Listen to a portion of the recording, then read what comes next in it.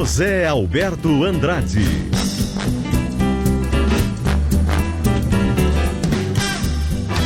Estamos de volta agora, 1h04, abrindo a Sala de Domingo para todo o público esportivo, esse primeiro Sala de Domingo de 2021. Programa que é de Unimed Porto Alegre, cuidar de você, este é o plano.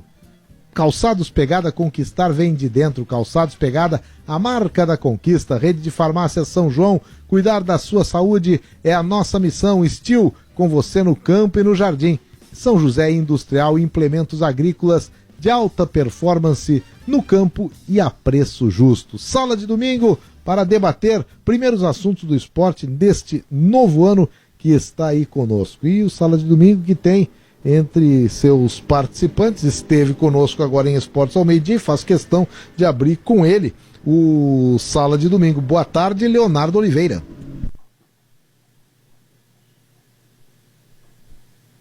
Não temos o Leonardo Oliveira? Posso substituir o meu parente Oliveira enquanto não, a família tá convocada. Rodrigo Oliveira, boa tarde. Boa tarde, não. De novo, desejo boa tarde para ti também. Boa tarde, Zé Alberto, amigos do Sala de Domingo e os ouvintes que não estavam com a gente nos demais espaços que eu participei nesse ano. Um feliz ano novo, que tenhamos vacina, que tenhamos saúde para todo mundo e muitas coisas boas, né, Zé? Porque o ano de 2020 foi pesado e que 2021 seja muito melhor para todos nós. Tá, então esse aí é o outro integrante da família Oliveira que está presente aqui no programa. Aliás, eu acho que eu fiquei em dívida com o Rodrigo Oliveira e com o André Silva. Disse que a gurizada voltava com aquele que seria o destaque final de Esportes ao Meio-Dia. Ficou alguma coisa de ser tratada de Inter ou já vamos direto debater, o Rodrigo, aquilo que foi assunto em Esportes ao Meio-Dia? Tem algum assunto diferente daquilo que já tratamos?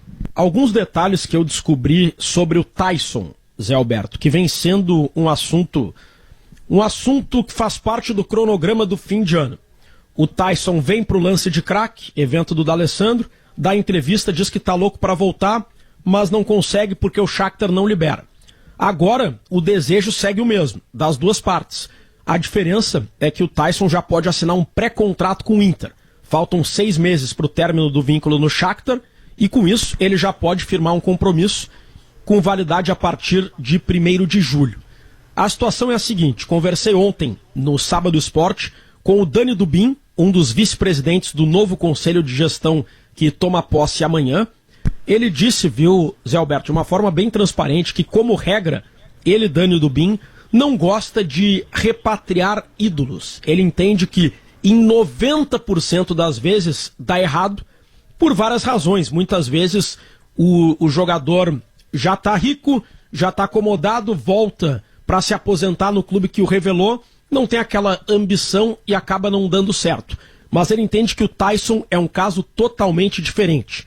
O Tyson não voltaria para o Inter por ser ídolo, voltaria para o Inter por ser um grande jogador, um atleta ainda em alto nível, que consegue ainda desequilibrar no nível do futebol europeu. Só que o Dani fez uma ressalva.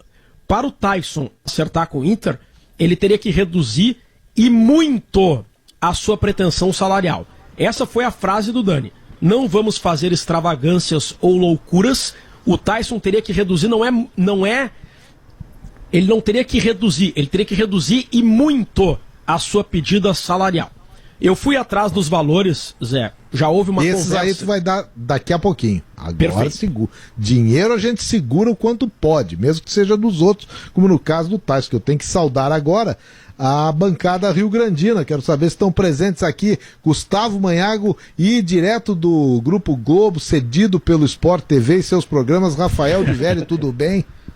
Olha, não estamos juntos, mas estamos no mesmo lugar, né, Manhago? Tudo bem, José? Isso. Boa tarde, Zé Alberto. Boa tarde, Velho, Rodrigo. Como diria Paulo Santana, uma honra para vocês que eu estou participando aqui do programa. Não só estamos em Rio Grande, como estamos no Cassino, Zé Alberto. Na maior praia do mundo. Estamos divididos por uma quadra aqui, eu e de Velho. Inclusive, acho que estamos do mesmo lado da avenida, para quem conhece o cassino vai Nossa, mas vem cá, mas... Ó, o André Silva, que também está conosco, existe quadra mais valorizada do que esta, lá na Praia do Cassino, no Rio Grande do Sul, atualmente? Não, de jeito nenhum. Não, absolutamente. Só falta eles me dizerem que o Leonardo da Costa tá por lá também. Aí é todo o PIB do estado. Eu acho que tá, só não tá com o microfone, né, de velho?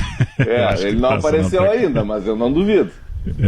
E se bobear é no mesmo lado da avenida também. Provavelmente. O Sala de Domingo se sente honrado com a localização desses nossos componentes. Escuta, o Rodrigo falou ali do Tyson, vamos começar com esse assunto aí, até porque daqui a pouco o Rodrigo vai dizer qual é a grana que envolve. A volta do Tyson é um grande lance do Inter ou não, senhores Manhago, de Velho e André Silva? Bom, eu vou começar aqui. Acho que o Rodrigo pincelou bem ali no início de que todo fim de ano é essa mesma ladainha aí, né? Do Tyson vir jogar no Inter. E ele sempre disse que sonha com esse momento aí, né? Saiu em 2010, ou seja, estamos entrando aí em 11 anos que o Tyson foi embora. Bom, agora não tem mais desculpa, porque sempre ele dizia que não dependia dele, né? Dependia da grana para os ucranianos. Daqui a 6 meses não tem esse tipo de problema. Então o Inter tem que se preocupar em formatar aí um bom salário, que também não vai ser problema, porque depois que o D'Alessandro foi embora, convenhamos que dinheiro para pagar o salário do Tyson talvez não seja tão diferente do que ganhava o D'Alessandro, desde que o Tyson, como falou o Rodrigo, consiga, né, aceitar um salário menor, e vai ser bem menor com certeza do que ele ganha lá. Então acho que dessa vez não tem motivo algum para o Tyson não ser o grande reforço do Inter para o restante de 2021 e outros anos que venham pela frente. Dessa vez não tem ucraniano para segurar ele lá, dinheiro que segure. Eu acho que só Tenho minhas questão. Para mim é só formalidade, Rodrigo. Tenho minhas dúvidas, viu, Maiago, se vai ser tão tranquilo assim o acerto salarial. É verdade que o Inter teve um alívio na folha de pagamento com a saída do D'Alessandro, mas com o salário do D'Alessandro, o Inter estava no vermelho. O prejuízo, o déficit projetado para 2020 foi de 63 milhões de reais. Ainda falta consolidar o número no balanço. Ou seja, a direção atual ela quer cortar mais ainda. O Tyson, depois eu vou dar os números, não sei se o Zé quer que eu... Não, pode dar, agora traz os números, porque agora tu disseste que não vai ser tão fácil, vamos começar a estudar na contabilidade. O Tyson, ele ganha hoje no Shakhtar 3 milhões de euros líquidos por temporada. Isso dá 250 mil euros. Convertendo dá 1.575.000 reais líquidos, mais os impostos. É óbvio que um valor desses é totalmente impraticável. E o Tyson certamente está disposto a reduzir a sua pretensão salarial para jogar no Inter. Resta saber o quanto ele está disposto a reduzir. Ele vai reduzir muito, mas o muito que o Tyson quer reduzir é o mesmo muito que está disposto a pagar a gestão Alessandro Barcelos. O Inter está numa grave crise financeira e vai cortar muitos gastos.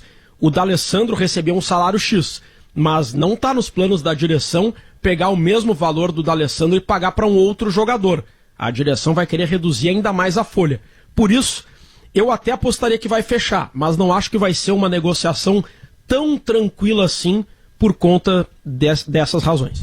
Ô, Diverio, tem o salário do Musto também, que está economizado agora, né? Tem, do Valdívia também, terminou o contrato na última semana, né? Então, pega o salário desses 3 aí, já deve dar uma garantia. Teve o próprio Rodrigo Caetano, que saiu, né? O Paulo Brax, a informação que eu tenho, veio recebendo menos, até porque também tem menos história do que o Rodrigo Caetano, né?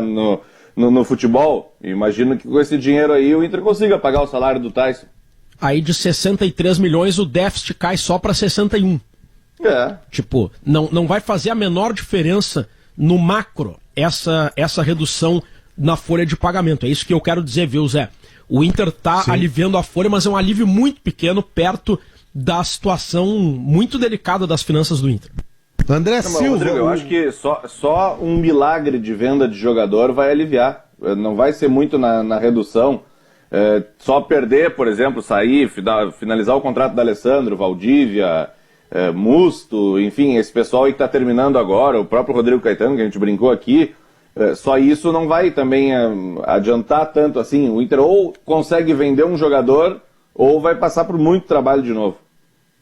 O André Silva, como é que tu vê o Taison como jogador, no ponto de vista físico, a idade do Taison, o que ele pode render até tecnicamente pro Inter? Eu acho, vindo Zé, que agora? o Taison, boa tarde a todos primeiro, eu acho que o Taison pode render ainda. O Taison é jovem, né, Zé? Ele vai fazer 33 anos agora dia 17, Exatamente. né? Ainda tem... É um jogador que se cuida, né? A gente percebe isso, né? Tá um bom tempo na Europa lá e eu acho que sem dúvida nenhuma não tem histórico, né, André? Tem histórico não tem histórico de lesões, lesão. Exatamente, né? E não só pela questão da idade, Zé, mas o aspecto técnico também. Eu acho que o Taison não vai ser aquele velocista que ele foi quando a gente viu no começo de carreira, óbvio, né? Nem aquele que a gente viu, por exemplo, eu não lembro nem quando é que foi aquele amistoso, mas já tem bastante tempo, apesar do tempo às vezes parecer que não corre, né? 2015. Pois é, olha só, já tem 5 anos, então 5 anos ele tinha 28, né, Rodrigo? Ele já não vai ter a velocidade dos 28 que a gente viu num janeiro, fevereiro aqui no Beira-Rio, num amistoso do Shakhtar, mas com certeza ele é um jogador muito inteligente, é um jogador de muita habilidade, um bom finalizador. O Inter vai trazer sim um baita de um reforço, e vou dizer mais, né? O Taison, vindo para o Internacional, agora ou no meio do ano, ele vai acrescentar ao Inter, na atual condição dele, mais do que o D'Alessandro acrescentou ao Internacional nos últimos 2 anos, no mínimo. Mas ele casa nessa posição de... Eu já vi tu falando, Não, eu acho, Zé, o 10, o 10 eu até não estou falando por isso, porque o 10 eu acho que não é a dele. O ali, 10 é o número emblemático, acho que ele vai ser atacante, mas o que eu digo assim é que a contribuição que ele pode dar hoje, eu não tenho dúvida que a contribuição do Taison hoje, pela questão da idade, que é menor, e pelo que ele pode representar para o Inter, eu não tenho dúvida que hoje, né, e não estou querendo diminuir aqui, jamais vou diminuir a idolatria que o torcedor do Inter tem para o D'Alessandro, mas a gente viu as 2 últimas temporadas e qual foi a contribuição do D'Alessandro nos últimos 2 anos pelo Internacional. Eu não tenho dúvida que o Taison vai contribuir mais fazendo este comparativo das 2 últimas temporadas para o que ele possa vir a apresentar. Mas acho que ele tem que jogar do lado do campo. Mas ele no Shakhtar ele já vem experimentando alguma jogada mais pelo meio, né? Sim. Um posicionamento mais pelo meio. Não chega a ser um armador, mas é um posicionamento diferente daquele que a gente se acostumou. Isso aí a gente concorda, André. Não tem como se esperar do Taison o velocista que ele era. E por mais que eu tenha considerado o Taison talvez até um exagero, uma convocação indevida para a Copa do Mundo que o Tite tenha feito, ele para clubes brasileiros, no caso de primeiro nível, e o Inter se enquadra, tá entre os primeiros também do Campeonato Brasileiro, se enquadra na história e se enquadra na realidade atual. Eu vejo o Taison como um reforço qualificado para todos eles, sabe? Para todos eles. Não é o cara de seleção, talvez não devesse ter ido à Rússia como jogador da seleção, mas está acima da média brasileira com certeza. E vai depender de como o Miguel Ramírez pensa ele também, pensa o time também, né, Zé? Porque, por exemplo, se fosse o Kudê, o Taison poderia ser o último do meio campo ou o atacante no original do Inter ao lado do Guerreiro ou do Thiago Galhardo. Ou até jogar mais aberto, como se fosse o Edenilson em um determinado momento, naquela função que o Kudê montava. O Ramírez, a gente tem uma informação de que joga um pouco mais diferente, mas já vimos no próprio Independiente Del Valle variar, não ter tanta necessidade dos pontas, como o Inter atual, que o Abel encontrou no Caio Vidal, esse jogador. Tem essa versatilidade do Taison que o Miguel Ramírez vai poder aproveitar. Rodrigo Oliveira. Zé, peguei aqui a calculadora, porque matemática não é o meu forte, é a especialidade do Gustavo Manhago, por exemplo. Se o Inter consegue reduzir a folha de pagamento em 1.500.000 por mês, com essas saídas que a gente citou, do Rodrigo Caetano, do D'Alessandro, do Musto, do Valdívia, vamos estimar por cima em 1.500.000 reais por mês? Eu acho que tu está estimando por baixo. Por baixo, tu acha? Eu acho. Para mim, o D'Alessandro, tu acha que com a questão do dólar alto ganharia menos de 1 milhão por mês? Com o dólar alto, como estava, estou falando por causa do dólar alto, talvez até o acerto inicial fosse diferente. É difícil a gente fazer esse cálculo. Né? O contrato do Alessandro tinha alguns gatilhos para proteger as duas partes de uma disparada do dólar ou de uma queda brusca do dólar. Mas podemos colocar como...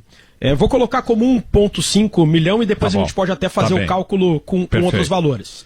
Perfeito. Multiplicando por 13 meses, considerando salários e 13º. Vamos colocar... para arredondar 20 milhões de reais numa temporada. 20 milhões de economia, num déficit provável de 60 milhões aproximadamente, economiza tudo isso e o déficit cai para 40 milhões. Para ver como é muito delicada a situação financeira e mesmo uma economia importante tem um impacto ainda pequeno perto do todo, né, senhores? A venda de jogadores, ela parece que ainda é o que pode desequilibrar os déficits dos clubes, né? Um jogador de nível médio, ele pode custar 5 milhões de euros. E 5 milhões de euros, nesse cálculo de reais do Rodrigo, 5 milhões de euros são quase 30 milhões de reais. Então, aí tem uma diferença substancial. O Inter está formando jogadores, mas será que teria alguém no mercado que não fizesse tanta falta? Primeiro, que não fizesse tanta falta no Inter. Talvez nenhum faça. O Inter ainda não conseguiu afirmar os jogadores suficiente. Mas, ao mesmo tempo, se não conseguiu afirmar, eles não vão pegar preço. Não, sem dúvidas. Eu tenho sérias dúvidas se, por exemplo, em algum momento o Praxedes, que agora é titular, vai deixar de ser até que seja vendido. Como foi o caso do Bruno Fux. Mesmo quando o Bruno Fux eventualmente jogava mal, teve uma sequência ruim, ele continuava no time porque ele tinha que ser vendido. A mesma coisa o Iago.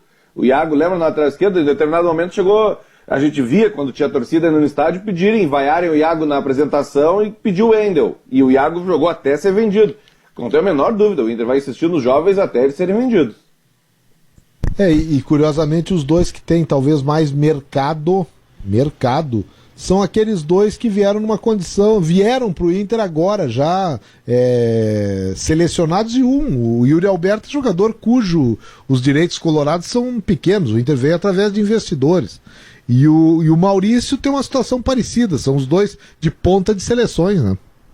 Sem dúvida. O Yuri Alberto tem um bom potencial de venda mesmo. Yuri Alberto, o Praxedes, o próprio Maurício também, né? São jogadores jovens. Quem mais aí que o Inter... O Peglo, o Johnny, também, né? Eu tô pegando aqueles que participaram de seleções, exato, o Johnny, que participaram, que tem mercado internacional, que não precisa, tu vai no Google, ele aparece no topo lá. Depois os outros aparecem também, mas aparece lá embaixo. O empresário não precisa do Google, para os empresários, os clubes estão numa observação permanente. Mas possivelmente o Inter tem que fazer negócios ainda sem o valor top que esses mesmos jogadores vão atingir lá adiante. Fora isso, aqueles outros mercados mais distantes, né? Mundo árabe, próprio futebol mexicano, norte-americano. Aí você pode falar Edenilson, pode falar Rodrigo Moledo. Enfim, tô chutando aqui, né? De alguns jogadores que ainda tem lenha. O próprio Thiago Galhardo. Né, isso. Futebol japonês, alguma coisa assim. Sim. E aí eu até, a gente não tem aquele compromisso de falar uma parte do programa de Inter, uma parte de Grêmio, dá para mesclar. Aí é uma situação bem diferente da do Grêmio, né, André Silva? Os jovens do Grêmio, se tu botar um preço neles, eles já têm currículo suficiente para o Grêmio pelo menos exigir mais. Eu nem tô falando necessariamente do PP, que é a bola da vez, né, André? O PP é a bola da vez. Eu tava dando uma olhada no noticiário há pouco, até para ver se tem mais alguma coisa, né? E aí é curioso, porque alguns jornalistas europeus, eles falam que o negócio está sendo fechado, outros dizem que não. Em Portugal, algumas informações dão conta de que já está certo, outros dizem que não é assim. Tem um que eu li, acho que foi do jornal O Jogo, que foi muito engraçado. Engraçado que eu digo, porque diz assim, no Brasil já dizem que está vendido. Eu não li isso no Brasil, de que o PP está vendido, né? Mas saiu lá com certeza. Eles não dão a fonte, mas dizem que no Brasil se fala que ele está vendido. Não, até saiu aqui, André, mas não num órgão de imprensa. Saiu, eu vi isso, me foi passado perguntando, isso aqui é verdade? Eu digo, olha, não foi dito ainda pelo Grêmio, não foi dito, mas é não sei se um site ou um aplicativo que tem de notícias de futebol, e tá lá PP vendido, só que tem desenhinho, né, tem desenhinho de lápis, como se tivesse assinado, daí, aí não é bem o jornalismo que a gente confia mais. Com todo respeito, a gente ainda vai ainda pro tradicional, porque a gente sabe de onde é que tá saindo. A gente responde, né, pelo que a gente escreve, né, André? Pelo que a gente fala. Olha, não é preconceito, vamos deixar bem longe disso, velho? A gente respeita o trabalho de todo mundo, mas são formas e formas, né? Não, é que muitos, André, vou até entrando nesse tema, muitos que fazem, que não estão, por exemplo, num veículo tradicional, desses maiores, assim, muitos são sérios. Muitos, mas são os que mostram o rosto, André. São os que a gente conhece, são os que se expõem. E não o fulaninho que nunca apareceu e aí tem a foto dele na rede social, é um desenho, é um quadro, é alguma coisa. É cara com nome e sobrenome, é nesse daí que eu confio. Exatamente, tu sabe quem é a pessoa. Muitos a gente conhece, como tu disse, e a gente sabe quem são essas pessoas. E a gente, né, inclusive, em vários momentos, já viu informações muito importantes serem dadas para essas pessoas sem dúvida. E não há problema nisso. Agora, quando fica assim, viu, é complicado. Bom, o que eu posso dizer é o seguinte, pelo que a gente tem trabalhado aí já há alguns dias, né? Acho que desde o Rodrigo pode me ajudar, porque o Rodrigo tem estava lá no meio do ano com o Grêmio viajando, quando aconteceram propostas, enfim, o Grêmio convenceu o PP a permanecer, foi depois da venda do Everton,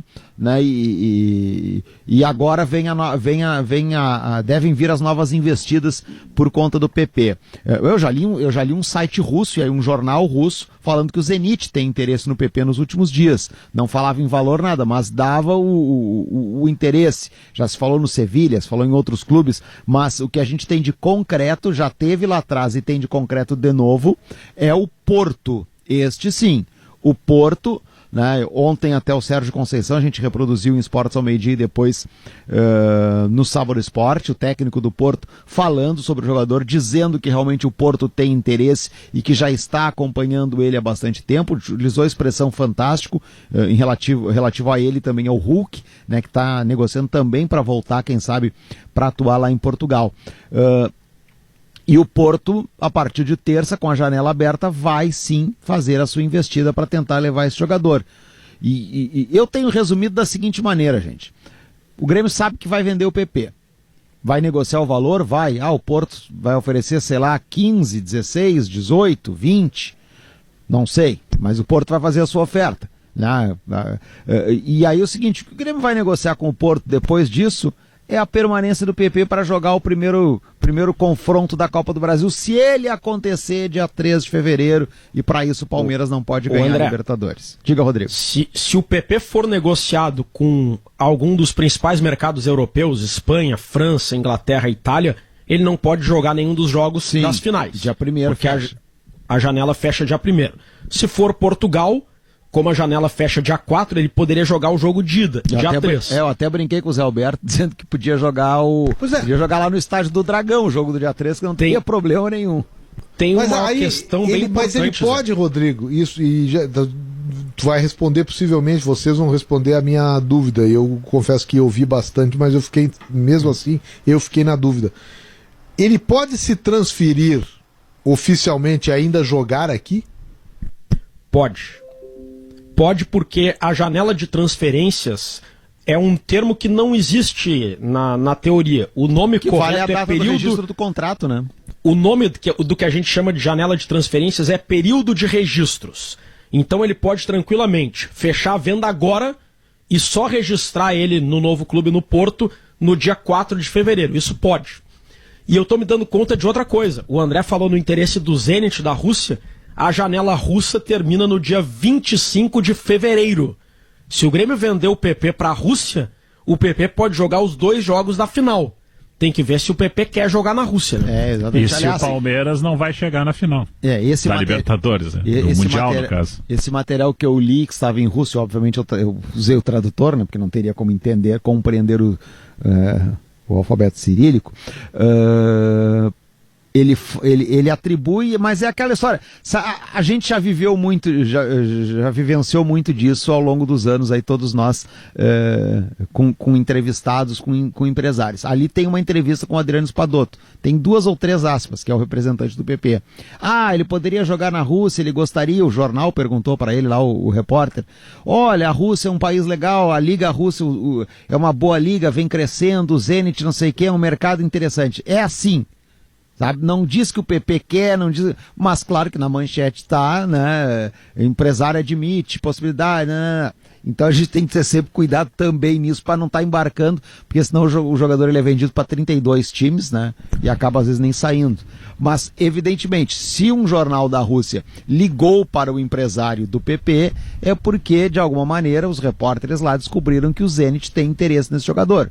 Mas a conversa não passou disso. Tanto que ali na mesma matéria que eu li, não há, por exemplo, nenhuma frase onde ele diga, o empresário, que recebeu proposta. Ele diz que ouviu, né, de que o Zenit poderia ser também um dos pretensos times a querer contar com o PP. E o que vocês acham que poderia ser melhor? As finais acontecerem realmente nos dias 13 e 10 de fevereiro com o Palmeiras, e aí o PP ter a sua participação garantida e sair depois, ou as finais não terem uma data definida, com o Palmeiras ganhando a Libertadores e indo para o Mundial, e o Grêmio tendo esse poder de barganha, assim, de não libera enquanto não tiver a final do campeonato, e aí ter mais força para segurar o PP. Vocês acham que isso é impossível? Eu acho que é impossível, porque se o Grêmio tiver que segurar o PP para março, o Grêmio vai ter que, o PP não sai nessa janela. E eu não sei se o PP gostaria de permanecer. Porque aí ele vai diminuir o valor de mercado e, olha, não sei se ele terá mercado já na segunda janela, como vem tendo nas últimas 2. Essa que é a minha dúvida, de velho. Para mim, tá lá, eu chamo aquilo que eu escrevi, tem que sustentar aquilo que eu escrevi. Eu acho que pode ser, talvez, o grande lance de Romildo Bolzan Júnior, a manutenção do PP, como ele fez em algumas oportunidades com o Everton, e acabou vendendo o Everton em valores na moeda estrangeira, André, por menos do que ele tinha até recebido ofertas anteriormente. Mas foi mérito, o Grêmio segurou o Everton enquanto pôde. Eu li a tua coluna hoje, em GZH, como faço sempre, né? Leio a tua coluna, leio o Leonardo Oliveira. Não, o Leonardo Oliveira eu leio desde que eu estava na faculdade. Até deixa eu pedir desculpa pro Leonardo, eu chamei ele na abertura, mas eu fiz uma leitura errada da escala. Eu vi que ele estava no meio-dia, fechando o meio-dia, e que ele estava no jogo. Ele é o comentarista de Chapecoense e Brasil. E eu achei que ele emendava. Não tem. Ele está agora se preservando, está se estudando suas táticas, estatísticas e tudo mais, para vir a milhão no futebol da Gaúcha. O Leonardo Oliveira, eu sei que ele inspirou uma geração de jornalistas, o Divério se inspirou lendo o Leonardo Oliveira. Não, isso é verdade mesmo. O Léo agora está se preparando para Chapecoense e Brasil, com certeza. Não tenho dúvida nenhuma disso. E eu quero dizer o seguinte, em relação eu até perdi o meu raciocínio no meio do caminho. Era sobre o PP. Sobre o PP e da coluna do Zé que eu tinha lido. A minha dúvida, Zé, é porque o Everton, mesmo que o Grêmio tenha resistido, né, e tenha mantido, até vendido, quem sabe, por um valor um pouco menor do que imaginava, o Everton tinha uma coisa que deixava ele visível no mercado. E me disse essa frase há pouco aqui, me diz com toda a propriedade o Douglas Demoliner. O Grêmio, a frase do Demoliner o cara tem que respeitar, né? O Everton era um jogador de seleção brasileira, tinha esta grife de seleção principal, de artilheiro e de destaque da Copa América. E o Grêmio ainda conseguiu resistir, mas ele tinha tudo isso que deixava as atenções dos principais mercados ou dos principais clubes, empresários, enfim, em cima dele. E mesmo assim ele foi para Portugal, vamos deixar bem claro que ele não foi para uma das principais ligas do exterior. Até porque o Everton é um jogador de 24 anos. E é essa que é a minha questão em relação ao PP, e por isso achar que ele também, PP, quer uma saída agora. Por saber que ele vai fazer 24 anos agora em fevereiro, e porque ele a mira dele principal é Portugal, quem sabe uma Rússia, enfim, não se fala. Surgiu aí um boato do Real Madrid, mas, olha, sinceramente, eu não acredito que o Real Madrid tinha o Wolverhampton também, né? Premier League, mas também uma equipe menor, né, Zé?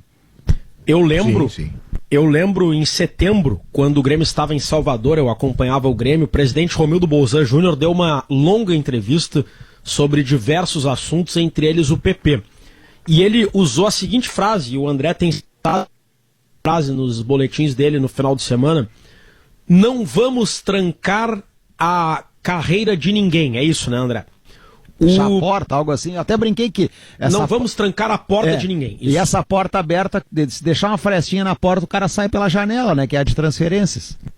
Na ocasião, o Porto tinha feito uma proposta pelo PP e o presidente Romildo Bolzan Júnior tinha dito que não queria liberar, queria fazer o possível para segurar, mas que não iria trancar a porta de ninguém. E o que foi feito? O presidente conversou com o PP e convenceu o jogador a seguir no clube por conta da importância do PP para a equipe. Até aí tudo bem, esperar até janeiro/fevereiro de 2021, ok. Agora mais 6 meses eu imagino que seja inviável, justamente pelos motivos citados pelo André. A questão do cavalo encilhado. Com 24 anos, o valor de mercado do PP já cai, né?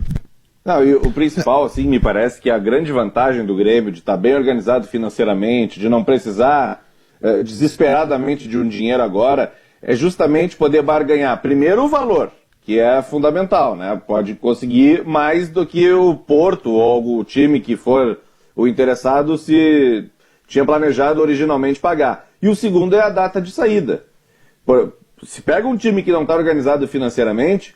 O Porto chega e diz, olha, a janela abre terça, eu quero o PP aqui quarta, tá? Ah, não, mas a gente tem a final da Copa do Brasil. Bom, o problema é de vocês, que fizeram esse calendário maluco aí, o problema é de vocês, tchau, tchau. Com o Grêmio não, diz, olha, tudo bem, eu quero por esse valor, eu aceito esse valor, mas o PP fica até o último dia da janela e vai jogar a primeira partida da final da Copa do Brasil. Aí é uma outra conversa. Essa, pra mim, é a grande vantagem que o Grêmio tem nesse momento. E eu acho que é o que deve acontecer, de ver a negociação pelo valor e pra permanência pro primeiro jogo. Paulo Luz, na entrevista pra mim e pro Manhago de manhã, chegou a dizer, né, Manhago, que tem que aguardar o destino do Palmeiras, né, em determinado momento. Ah, vai decidir tudo, né? Eu acho que o dia 14, quando vai ter o sorteio, já vai saber se o Palmeiras tá na final ou não da Libertadores, porque dia 13 é o segundo jogo da semifinal, dia 14 sorteia a ordem dos mandos da Copa do Brasil. A partir dali a gente pode ter novidades mais aquecidas, digamos assim, porque o Grêmio vai saber se, por exemplo, vai jogar realmente no dia 3 ou não com o Palmeiras, porque em janeiro não tem como jogar contra o Palmeiras, é só a gente olhar o calendário, não tem, vai antecipar para ter o PP, não tem. Só pelo Brasileirão.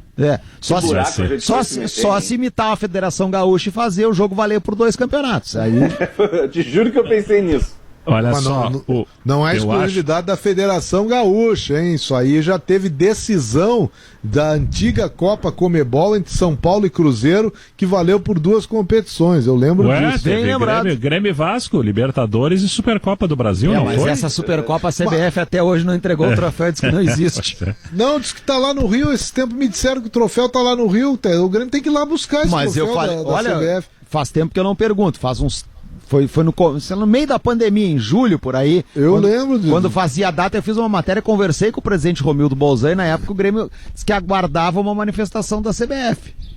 Agora, esse aí, Manhago, essa Copa, a Supercopa do Brasil lá de 1990, ela era regulamentar, que os confrontos da Libertadores serviriam para a entrega desse troféu. Ela foi mal pensada, mas ela foi pensada assim. Foi 2-0 aqui, 0-0 em São Januário. Aliás, o Zé, a fase do Romildo é tão boa que é capaz dele erguer esse troféu, então, exatamente. Eu acho que assim, é forte. Ô Zé e amigos, o Grêmio daqui a pouco é bom torcedor do Grêmio aí, para o Palmeiras eliminar o River e perder a final, para a Boca ou para o Santos. Isso é um bom assunto para depois. A janela está aberta, viu, Odivério? A janela está aberta, mas a janela comercial de Unimed Porto Alegre cuidar de você, esse é o plano. Conquistar vem de dentro, calçados pegada, a marca da conquista, rede de farmácia São João, cuidar da saúde é a nossa missão, Estil com você no campo e no jardim, São José Industrial Implementos Agrícolas de alta performance no campo a preço justo. Se ligue nos comerciais do Sala de Domingo e aguarde, porque o que é melhor para o Grêmio Grêmio, para o Palmeiras, chegar, não chegar na final da Libertadores? Esse é o grande tema para depois do intervalo. Fique ligado. Realmente acho muito equilíbrio para cravar aqui que nós teremos uma final brasileira, uma final argentina ou uma final de Brasil contra a Argentina. Acho tudo muito, muito equilibrado. Mas pensando nessa situação do Grêmio, eu acho que é fundamental o Grêmio jogar em fevereiro.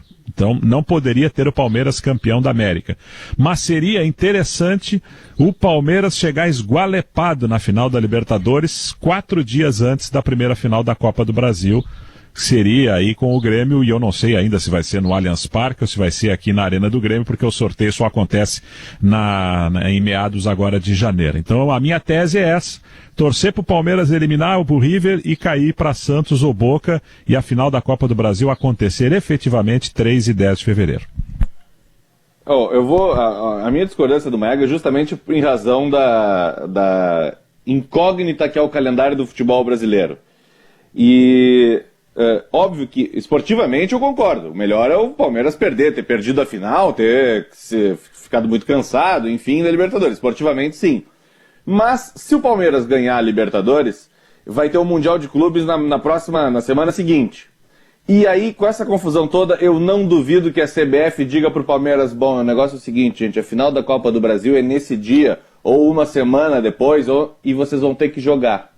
Tá? E aí o Palmeiras vai estar com o título recente da Libertadores, ou seja, a missão muito mais do que cumprida, porque o Palmeiras investiu não para ganhar a Copa do Brasil e nem para ganhar o Brasileiro, investiu para ser campeão da Libertadores, para jogar o Mundial de Clubes, enfim, tá? E fez esse investimento, vai estar com a missão mais do que cumprida, e o que acontecer na Copa do Brasil, aconteceu, eu não duvido nem que o Palmeiras tire os jogadores.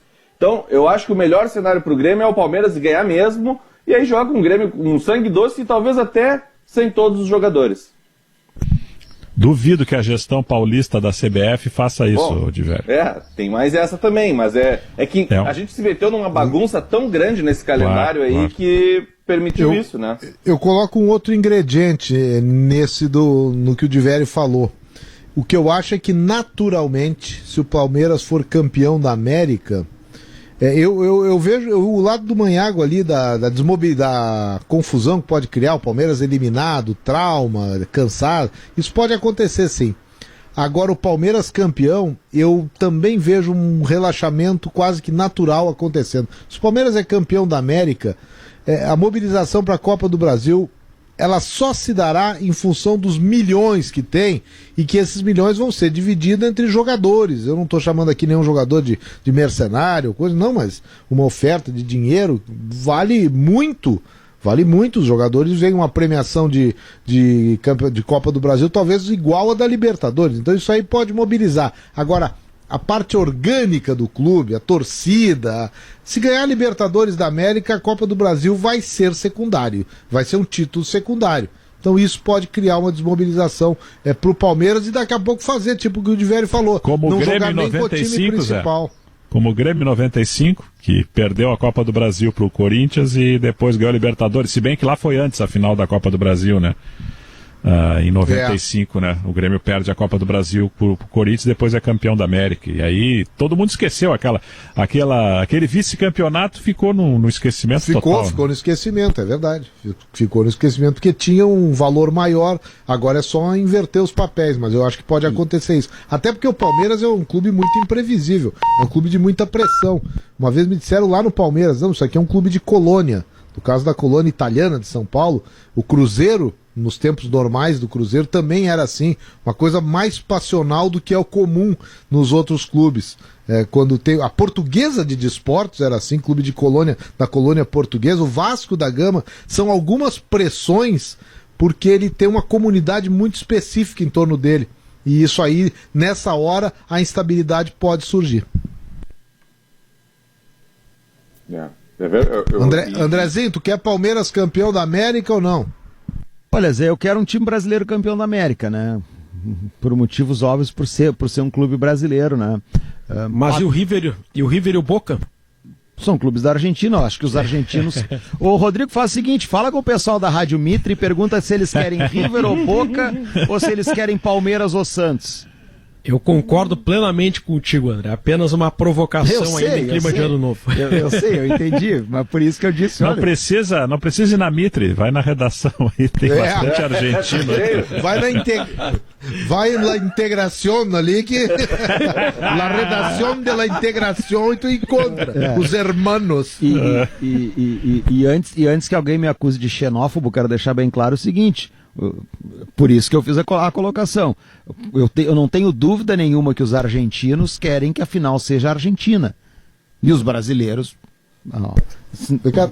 Tem um camarada nosso. Eu trabalho com a lógica, mesmo que ela não funcione sempre para algumas coisas. Tipo assim, o que a gente quer? A gente sempre quer o Grenal, né? Na final da Copa do Brasil, na final da Libertadores. Se fosse, por exemplo, agora as semifinais... Grêmio e River e Inter e Boca. O que a gente ia querer? Lógico.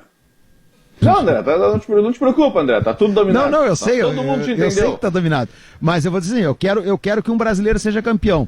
Se vai ser o Palmeiras ou o Santos, pra mim depende. Olha, se eu tiver que escolher um dos dois, e aí vai entrar um componente que não tem nada a ver por ser brasileiro, eu acho que o Zé Alberto vai concordar comigo, mesmo que a gente tenha, por exemplo, o Cícero e o Rogerão lá no Palmeiras, mas eu torceria, no meu caso, se tiver que escolher um dos dois, pelo Santos por ter o Cuca, que é um cara que eu conheço bastante tempo, que é um cara que trabalhou aqui, que é uma baita de uma pessoa, que é um cara que merece. Né? Eu venho falando há muito tempo, o trabalho do Cuca no Santos é notável esse ano. E é um cara de uma relação muito boa com olha, duvido alguém que não tenha uma boa relação com o Cuca no dia a dia de trabalho. É um cara muito legal para se conviver, mesmo que aqui, por exemplo, como treinador, ele tenha trabalhado pouco tempo e eu só peguei o Cuca aqui como treinador, né? Como jogador, eu não me disseram em São Paulo que ele é difícil pra caramba. Mas a gente conhece ele de outros tempos assim e até difíceis a gente já passou por tantos e tantos passaram pela gente. Torceria, viu, André, pelo Palmeiras, pelos profissionais gaúchos que tem lá, como o Andrei Lopes, o Cebola, auxiliar técnico, o Rogério Godoy, o Rogerão, preparador de goleiros, e o Cícero Souza, gerente de futebol. Mas reconheço teus argumentos também e o fato de o Santos estar merecendo um título. Sabe, eu tava pensando aquele negócio, contar pra você, aquele negócio de ter uns argentinos entre nós. Tem um camarada nosso que teve um ano aí que ele foi no RH, no mês de agosto, porque não tinham creditado o feriado do 9 de julho para ele como feriado trabalhado. Muito bom, Zé. Agora é o seguinte, para responder mesmo, tá? Só o André, na proclamação da República ele não foi devolver, né? O feriado trabalhado dia 15 de novembro. Não, mas perguntou que feriado era aquele. Que passa? Bom, seguinte, agora se a gente fazer esse raciocínio que vocês estavam antes da questão pro Grêmio, se é melhor o Palmeiras ser campeão, ser eliminado da semifinal ou ser vice-campeão, que é o que me disse o Manhago, para 3 dias depois ter uma decisão, eu não sei se o Palmeiras chegar à final é tão legal assim. Não sei. Primeiro porque tu corre o risco de o Palmeiras ser campeão e aí não vai ter os jogos, começa por aí o Grêmio não joga dia 13 e dia 10 e o Palmeiras vai ter desgaste igual, né? Mesmo que ele perca, aí ele tenha até a final 20 dias para se recuperar, digamos assim, animicamente. A gente sabe que é um baque forte, que é uma pancada bastante forte, né? Uma eliminação e tudo que está depositado. E outra, gente, olhando a Copa do Brasil, eu vi Palmeiras e América e fui olhar dados daquele jogo, buscar informações. O Palmeiras, e aí não é nem por suspensão ou muitos por lesão, os que estão lesionados estão e não tem mais o que fazer, mas o Palmeiras não tinha atacante no banco de reservas, porque o Palmeiras não tem muitos atacantes além dos que estão jogando, que é o Luiz Adriano que voltou agora, o Rony e o William, porque o Breno, por exemplo, que era do Juventude, não pode jogar. Né, ele tem jogadores que já estavam fora de combate. O Palmeiras não tinha. O jogador mais ofensivo no banco contra o América era o Lucas Lima. Então esse grande farto elenco do Palmeiras também tem seus problemas. E é bom se ficar de olho nisso também, pensando numa decisão lá na frente. O jogo do América com o Palmeiras de São Paulo não recomenda o Palmeiras assim tão claramente assim de ser um super time. Talvez o São Paulo fosse um time mais recomendado de momento do que o Palmeiras. As atuações do São Paulo, elas foram impactantes mais que o Palmeiras. O Palmeiras tem um pouco de irregularidade. No Brasileirão ele deu uma subida, mas nos jogos da Copa do Brasil, teve esse lá em São Paulo que não foi bom, e o jogo de Minas Gerais ele começa meio América, mas depois o Palmeiras toma conta. Eu até conversando com o pessoal da América depois do jogo, eu acompanhei, e depois eu vi mais atentamente. Eu acompanhei ao mesmo tempo, enquanto estava acompanhando o Grêmio, na famosa segunda tela ali. Toda hora a bola estava na área do Palmeiras. Toda hora o Everton estava ou fazendo intervenção, ou acompanhando, ou o Gustavo Gomes tirando. Não estava bom o jogo pro Palmeiras, não. Mas é isso que eu disse, o jogo começa América. Por isso que eu acho, se fosse semana que vem, por exemplo, já seria o ideal para essa final da Copa do Brasil, porque o Palmeiras me parecia muito cansado. Contra o Inter, por exemplo, que foi aquele jogo do Palmeiras, que eles não conseguiam chegar contra o Inter. Então me parecia que o mundo ideal seria enfrentar o Palmeiras já agora. Sala de domingo aqui para a Unimed Porto Alegre. A Unimed Porto Alegre disponibiliza seus canais digitais, diversos serviços. Acesse o site da Unimed Porto Alegre e fique seguro. Unimed Porto Alegre, cuidar de você, esse é o plano. Meninos, o Palmeiras e o Grêmio fazem final de Copa do Brasil. Tá definido, na opinião de vocês, que o Brasileirão já é G7 para pré-Libertadores? Não, que é G7 não, que os que estão ali, eles estão muito bem encaminhados, ou que é G7 à medida que Palmeiras e Grêmio não caem da 7ª colocação. Tem que ver o Fluminense ali, né? Eu acho que já acabou o gás. Acho que o Corinthians que vai atropelar. Eu acho que o gás foi pro Oriente Médio com o Odair, né? Tem isso. Zé, eu acho que é possível, tu falou aí no G7, eu acho que é possível o G5 também, né? Claro que o Palmeiras hoje está fora desse grupo aí, mas tanto o Palmeiras quanto o Grêmio, eles têm compromissos que podem os colocar no G4 aí tranquilamente. Eles têm jogo a menos que Atlético, que Inter, que o próprio São Paulo na liderança, né? Então eu acho que a gente vai ter mais do que os 6 brasileiros com certeza, e daqui a pouco seria muito bom, né, para a dupla Grenal um G5 na fase de grupos aí, porque vai ser fundamental a entrada na fase de grupos.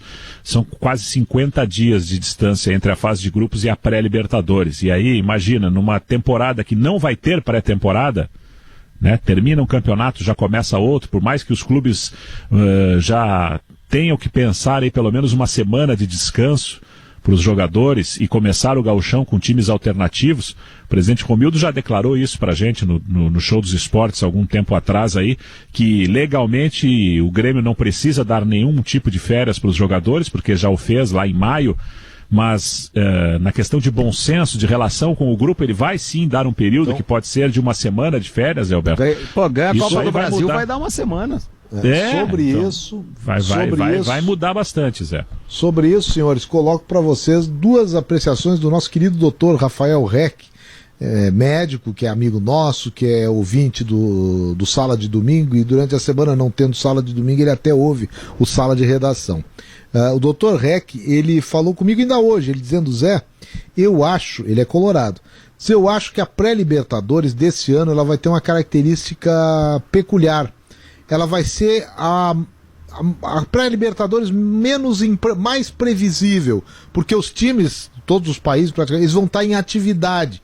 Então não tem aquela coisa de vir de pré-temporada e fazer uma pré-temporada para pré-Libertadores. Vão estar esgualepados, é verdade, mas eles vão ser mais previsíveis. Analistas de desempenho, os observadores, nós mesmos vamos ter a noção de como está jogando há uma semana e vem na sequência o adversário eventual de um clube nosso que venha a jogar a pré-Libertadores. Eu acho que ele tem até razão. E ele emendou com outra que agora acabou de ser dito. Não tem férias. Vai ter muita lesão esse ano no futebol. O Grêmio pro gauchão, pelo que eu tenho de informação, e aí, claro, não é nem a questão de ganhar ou não a Copa do Brasil, mas a ideia que o Grêmio trabalha, né, evidentemente vai observar se vai estar ou não nos grupos da Libertadores, porque se não tiver na fase de grupos, tiver na pré, tem que jogar dia 3 de março, não tem o que fazer, aí não tem. Bota no gauchão reservas e emenda, porque acaba dia 24, uma semana depois já tem que jogar de novo, não vai ter férias, está descartada a possibilidade de ter uma semana de folga para os jogadores, digamos assim. Agora, se o Grêmio conseguir chegar nos grupos da Libertadores, o que o Grêmio vai fazer é mesclar, como já fez nos últimos 2 gauchões, porque o Grêmio sofreu naquele gauchão de 18, que precisou ganhar a Grenal no Beira-Rio para entrar entre os 8, depois pegar o próprio Inter e eliminar e encaminhar o título. Em 19 o Grêmio nadou de braçada, foi campeão invicto, tomou um gol só. E o ano passado, 2020, também precisou ganhar um turno, perdeu um, ganhou outro para poder chegar na decisão. Mas, digamos assim, não teve dificuldades para se classificar para as finais de turno, né? Conseguiu chegar tranquilamente contra o Caxias e no Clássico Grenal para chegar à decisão do campeonato. O que o Grêmio vai fazer é mesclar, como fez, por exemplo, em 19, nas primeiras 3, 4 rodadas, o time reserva, os jogadores, digamos assim, menos utilizados, com o transição. Não vai largar de time de transição. Vai colocar os jogadores de transição para fechar o grupo com, sei lá, o Paulo Vitor. Paulo Vitor não está jogando, né? Está só concentrando, ficando no banco. O Cortez está jogando menos. Vai pegando jogadores assim, que estão jogando menos, e esses vão começar o gauchão. E aí, com o time de transição, se compõe o grupo até que o outro, a outra parte do elenco, digamos assim, volte para jogar, né, os principais jogos do Campeonato Gaúcho, até porque gauchão mudou, né, gente? É 11 rodadas, passa 4, né, e passa 4 só para semifinal. Não é mais aquela fórmula de turnos aí que estavam colocando os times nas finais, né? É verdade, porque está excelente para o interior esse ano. Por isso a verdade é que tu ficou só sem interior esse ano. Ficou só sem as quartas de final, né, de velho? Porque igual tu faz 11 jogos na fase classificatória, né? Mas a classificação corrida, a dupla Grenal nos últimos anos, se for ver, não dá Grêmio e Inter na ponta nas classificações. Só em 19 que o Grêmio ponteou, Zé, todo o campeonato. Mas aí não tinha, mas não foi o Inter o segundo, né? Não foi. Isso é que eu digo, a dobrada, que era coisa que, na década de 70, 80 era Inter, Grêmio e depois vinha o resto. Claramente tinham. Agora não teve. O que eu citei ali de 18, por exemplo, o Grêmio estava fora, lembra? Ele tinha ganhado o Grenal, aqueles 2 gols do Luan no Beira-Rio. Aí ele acabou até em sexto, ele estava fora e acabou em sexto. O Inter foi terceiro e deu o Grenal por isso. Isso. Ou seja, eles não ficaram nem com primeiro e segundo, nenhum dos dois. Eu me lembro que em um determinado momento se o Inter virasse o jogo, daria Grenal também, porque daí o Inter ficava em primeiro e o Grêmio em oitavo. Exatamente, Em 2019 o Grêmio foi o primeiro, fez 9 vitórias e 2 empates, e o Inter foi o segundo, fez 7 vitórias, 1 empate e 3 derrotas. Foi o último ano que a dupla Grenal terminou em primeiro e segundo. Esse aí foi a dobrada, aquela tradicional que se tinha da dupla Grenal, que apesar de tudo, apesar da fórmula de tudo, ela tem a obrigação, é o campeonato que ela entra com a obrigação de ser campeã, por mais que haja essas dificuldades. Sala aí de domingo. Surge, né, Zé? Só para antes de ir pro intervalo, surge aí o campeão do interior, né? Que o domínio era tanto da dupla Grenal. Exatamente. Que surge a questão do campeão do interior para premiar, de alguma forma, o pessoal do interior, porque a dupla Grenal dominava tanto o gauchão. Mesmo que o São José e o Cruzeiro, na época, fossem clubes da capital e podiam ser campeões do interior. Conquistar vem de dentro, e para fazer isso com conforto, leveza e estilo, conte com a Pegada, Calçados Pegada, conheça a nova coleção nas nossas redes sociais. Pegada, a marca da conquista. E um aviso importante, a rede de farmácia São João disponibiliza os testes rápidos de antígeno para Covid-19 e o do Cotonete, aquele do PCR, com resultado em 20 minutos. Neste novo ano que se inicia, ao visitar familiares e amigos, previna-se. Maiores informações com os nossos farmacêuticos. Testes para Covid é nas farmácias São João, aqui no Sala de Domingo. Antes da virada da hora e do Notícia na Hora Certa, quero lembrar também que a linha de jardinagem Steel tem cortadores de grama, roçadeiras, podadores e lavadoras. Lavadoras, para você fazer ainda no seu jardim. Então tá dado o recado. Mais um aí. São José Industrial quer garantir maior produtividade na sua propriedade rural? Conheça os implementos agrícolas da São José Industrial, alta performance no campo a preço justo. Notícia na Hora Certa e mais Sala de Domingo depois do intervalo.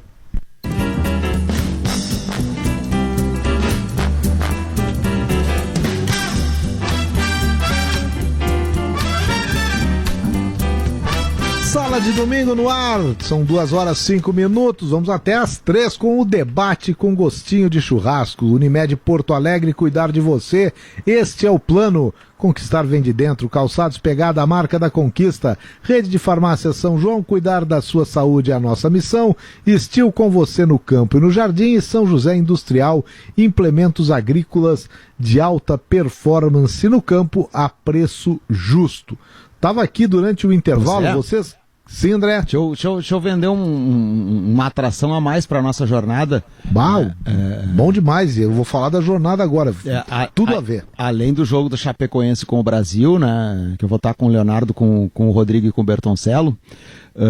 A gente vai acompanhar também Grêmio e Corinthians pelo Brasileiro Sub-20. Jogo eliminatório. O primeiro jogo foi 0-0 lá em São Paulo, que é hoje em Eldorado do Sul. 4 da tarde também. O Douglas de Moliner vai estar lá acompanhando, está indo para lá junto com o Júnior Mesquita, né? Então a gente vai ter também esse acompanhamento e eu digo que é interessante porque time sub-20, a gente está falando aí em venda de jogadores, em plantel para gauchão, então, né, o Grêmio tem uns últimos anos aí muito bons com revelação de jogadores, então até pra gente saber quais são os jogadores que tem que ficar de olho desse time sub-20 que tá vindo por aí, né? Tem, por exemplo, aquele garoto Pedro Lucas, né? Que foi campeão mundial sub-17 com a seleção brasileira.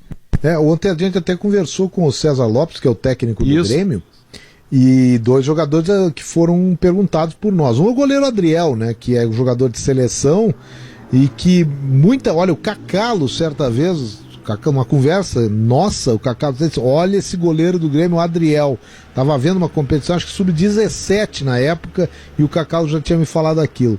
E o outro é o Rafinha, né, o atacante, além do Pedro Lucas, o Rafinha também, que é um jogador de movimentação, faz gols, e ontem o César disse que, olha, não pensem nele como homem de área eminentemente, ele faz outras funções e para mim é um jogador muito útil, além de ser um artilheiro. Esse é um trabalho que o Grêmio precisa retomar, né? O terceiro goleiro não pode ser de fora, né? Você não pode ter Vanderlei, Paulo Vitor e Júlio César e o teu goleiro da base ser o quarto, né, André? No dia 30, dia 29, sei lá, um dos últimos dias do ano já surgiu a renovação do Júlio César no BID. Sem explicação. Goleiro da base tem que ser no mínimo terceiro, Rodrigo. A renovação do Júlio César me parece que é só por uma formalidade de ele terminar a temporada. E essa situação, Maiago, eu concordo plenamente contigo, o terceiro goleiro tem que ser um jovem da base. Acho que o Inter também tem uma situação para ficar atento. O Daniel, que é o terceiro goleiro do Inter, a gente tem a imagem, é o jovem Daniel, já 26. Tem 26 anos. Não dá mais pra falar. O Kehler, que é o jovem, já tem 24, né? Exatamente. Mas falando do Grêmio, a ideia do Grêmio era ter Paulo Vitor e Júlio César, depois da saída do Marcelo Groi. Mas me parece que o Grêmio não confiou muito no Paulo Vitor como goleiro titular. E aí contratou o Vanderlei, já tinha os outros 2 com contrato e não teve o que fazer. Eu acredito que o Júlio César vai ser liberado em fevereiro e aí o terceiro goleiro vai ser o Breno. Que enfrentou uma lesão grave, né, no fim do ano passado. Ele teve uma lesão grave, ficou fora aí meses. Ele teve uma ruptura, acho que muscular, muito grave. Por isso o Breno, que era o goleiro da base, colocado no grupo principal, tinha voltado inclusive a jogar na transição, não por queda técnica ou rebaixamento. Ele voltou para ele era o terceiro goleiro do Grêmio. Aí ele jogava na transição para pegar ritmo de jogo e voltava para o grupo principal para trabalhar como terceiro goleiro. E aliás, o Rodrigo pegou o gancho ali para fazer o comparativo. Alguns dias atrás eu fiz uma matéria em GZH, até catei ela aqui agora, sobre essa questão dos goleiros do Inter. O Kehler é o único que tem contrato que passa de 2021, todos os outros terminam o contrato em dezembro de 21. Então, né, fica aquela situação que a temporada acaba em fevereiro, teria mais 3 meses para poder se vincular a um novo clube já pela questão da lei. Mas o que eu queria dizer é o seguinte, e aí o Zé utilizou a questão da transição. O Inter ano passado ele não jogou o Brasileiro de Aspirantes, por exemplo, né? E aí o Kehler e o Daniel, e eu coloquei na matéria, é isso que eu estou observando aqui, eles estão há muito tempo sem jogar. Olha, e goleiro precisa jogar. Olha aqui, ó. Eu até tô olhando aqui, ó. Kehler estreou naquele gauchão que a gente lembra em 97, né? Pegou pênalti na semifinal contra o Caxias, depois teve aquela lesão no cotovelo contra o Novo Hamburgo.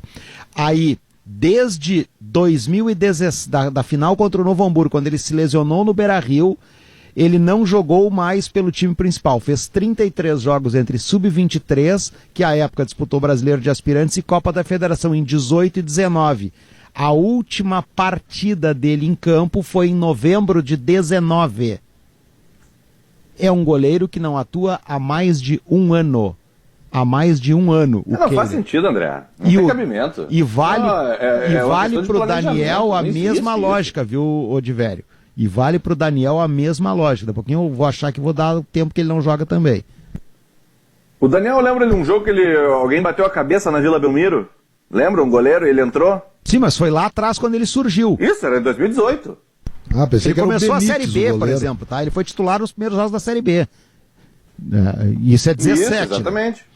Porque esses goleiros todos estavam machucados. Foi logo depois daquele gauchão. Eu até fiz a brincadeira, que eu disse que eu achava que era o Benítez, o goleiro lá, quando se machucou. Ele jogou, tá aqui, ó. O Daniel jogou os primeiros jogos da B e esse jogo do Palmeiras citado pelo Divério. Tá? E depois, aqui, ó, 26 anos, fez 4 jogos em 18 e 19. Somando os 2 anos, ele fez um jogo em 18, 3 em 19. E a última vez que ele jogou, o Daniel, foi o Grenal de reservas de março do ano 19. Passado. Aquele 19. Gol do Léo Gomes, 19, março de 19, gol do Léo Gomes. Depois, aí eu até pesquisei também, ele fez mais um jogo em agosto de 19, pelo Brasileiro de Aspirantes contra o Santos. É outro goleiro que tem mais de um ano sem jogar. Só me parece que quando o Inter teve aquele problema com goleiros no Gauchão de 2017, na final do Novo Hamburgo, que o Inter tinha um goleiro com o joelho operado, um goleiro com o braço quebrado e um goleiro com o músculo distendido. Eram as opções do Inter, né? O Inter ficou com um trauma e aí, não, queremos ter 4 goleiros bons. Tem que ter 4 goleiros bons. E tem, só que 3 não jogam. E o Daniel e o Keylor são goleiros muito elogiados internamente, que nós não conseguimos ver, né, pessoal? Mas dentro desse déficit aí, Rodrigo, que a gente tinha falado lá no início do programa, é urgente pro Inter reformar a questão dos goleiros. Não tem por que gastar tanto dinheiro assim com goleiro. Libera o Danilo Fernandes. Não, mas o Danilo é melhor. Bom, então libera o Lomba, mas escolhe claro. Até para liberar, para que os dois possam jogar. São 2 grandes goleiros que têm tamanho para ser titular num grande clube. E o detalhe é o seguinte, por melhor que o cara seja, os caras estão há mais de um ano sem jogar, não vai colocar aí. André. Não tem a menor dúvida. Não, no mínimo é o seguinte, pega um deles, escolhe bem criteriosamente e prepara um empréstimo, prepara a colocação num outro clube, pagando o salário, até para ver o potencial, para quando voltar, ou não voltar, ou ser colocado como titular.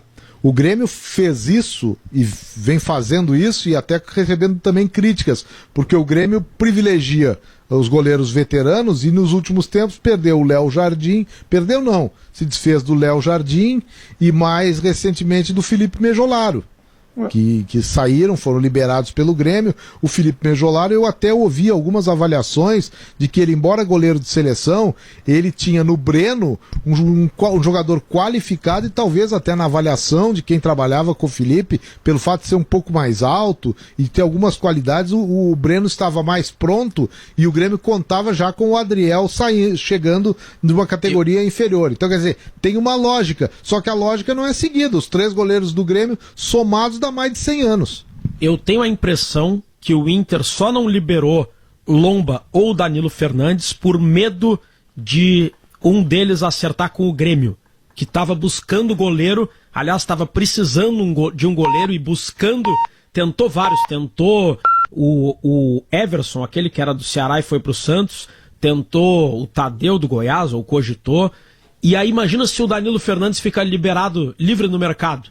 A possibilidade seria quase 100% do Grêmio tentar. Eu tenho a impressão que o Inter não quis abrir mão e renovou, mesmo sendo um custo elevado, por esse receio. E aí aumentou o custo como se fosse uma grande coisa. Lembra? Para onde foi o Dida depois que saiu do Grêmio? Pro Inter. Pro banco. Jogou um tempo no Inter, depois ficou no banco. Só atrasou o Alisson em mais uma temporada. Aliás, falando em Alisson, cara, quem não pode um clube que se tem esse déficit que a gente falou há pouco, que tem a dificuldade financeira, que tem o problema que tem se dá o luxo de ter 4 goleiros de nível bom, como a gente imagina que sejam, mas 2 com certeza são, né? Porque já jogaram, a gente já viu jogar com alguma frequência, e que são caros, não pode se dar esse luxo. Mantém um goleiro caro, se for o caso, e o outro tenta encontrar em algum lugar. E não tem. E na base, isso desestimula a base, né, Divério? Claro, tu acha que o goleiro do Inter já passaram? Eu acho que o goleiro do Sub-20, do Sub-20 do Inter tem uma motivação tão grande vendo o Kehler e o Daniel no ostracismo. E outra, se daqui a pouco dá algum problema e na hora de lançar, ainda que já com idade madura, o Kehler e o Daniel dá problemas com eles, é claro que o clube vai buscar reforço fora. Não é. Lembro, em 2014, muito mais cômodo. Em 2014, Zé, o goleiro titular do Inter era o Dida, o reserva imediato era o Muriel, o terceiro goleiro era o Agenor e o quarto goleiro era o Alisson. E o técnico do time B, o Klemer, ele pediu para o técnico Abel Braga para ele liberar um goleiro, porque ele queria um goleiro com mais estofo para jogar a copinha. Aí o Abel disse, o Dida e o Muriel são os dois primeiros, mas entre Agenor e Alisson, pode escolher qualquer um.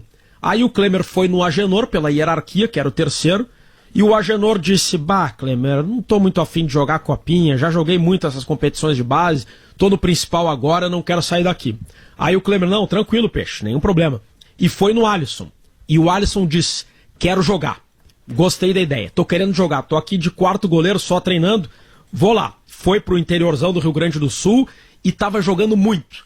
Aí aconteceu a goleada de 4-0 pra Chapecoense, o Dida foi expulso, o Rafael Moura foi pro gol, e o Muriel... Foi 5, é. Foi 5, eu falei 4. O quinto é o pênalti do Rafael Moura. O quarto foi quando o Dida foi expulso. Tem razão. 4-0 com o goleiro e o outro com o improvisado. Isso aí. Sem goleiro acabou sendo o quinto gol. Aí no jogo seguinte o Dida estava suspenso e o Muriel lesionado. Aí tinha o Agenor, que era o próximo da fila, mas estava sem ritmo de jogo nenhum.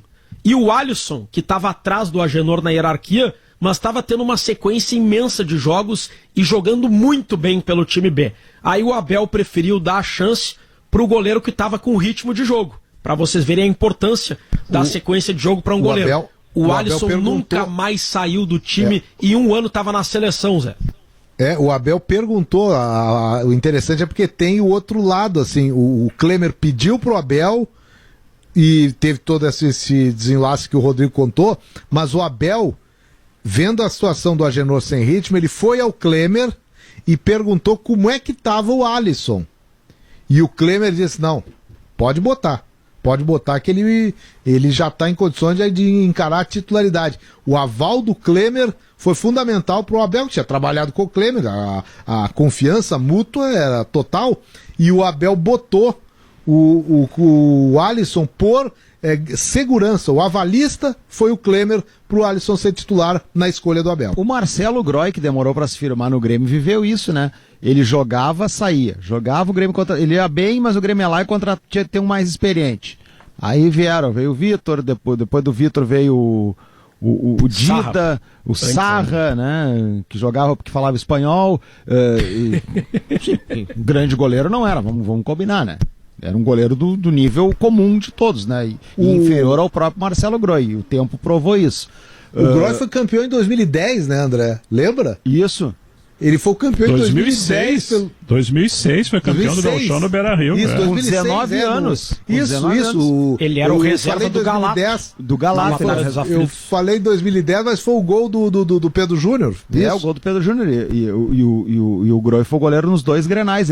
Acho que ele entrou no time principal ali porque o Galata estava machucado. O Galata tinha se machucado num jogo no Passo da Areia, se não me engano, uma coisa assim. Tinha levado uma pancada na cabeça. E o Groy surgiu ali, quer dizer, e olha só, ele foi virar titular do Grêmio unanimidade. Olha, saiu o Vitor e o Grêmio ainda não fixou ele, né? Tanto que veio o Dida. E o Groy teve nessa para sair do Grêmio em alguns momentos, né? Porque também não dava para ser reserva 15 anos, né? E mesmo depois da saída do Dida, existia alguma incerteza sobre o Marcelo Groy. O Grêmio chegou a dar uma sondada no Cássio. Demorou até o Groy começar a fechar o gol mesmo, que aí ficou insustentável essa ideia de E ele viveu isso que a gente está debatendo. Ele não tinha sequência, aí jogava uma ou duas, goleiro até o maior goleiro da história deve ter tomado frango. O Gordon Banks deve ter tomado alguns frangos na vida, duvido que não. A gente só vê do Gordon Banks a defesa na cabeçada do Pelé. E se o cara não jogar, é impossível. É impossível. sem ritmo. E aí, pô, ainda mais para um goleiro, que é uma posição muito mais específica do que as outras 10 do campo. Eu estava dando uma olhada aqui, estou fazendo a pesquisa dos goleiros do Inter na última Copa São Paulo. Kehler, Carlos Miguel, Igor, Luiz Felipe. Esse Igor foi muito bem na Copa São Paulo.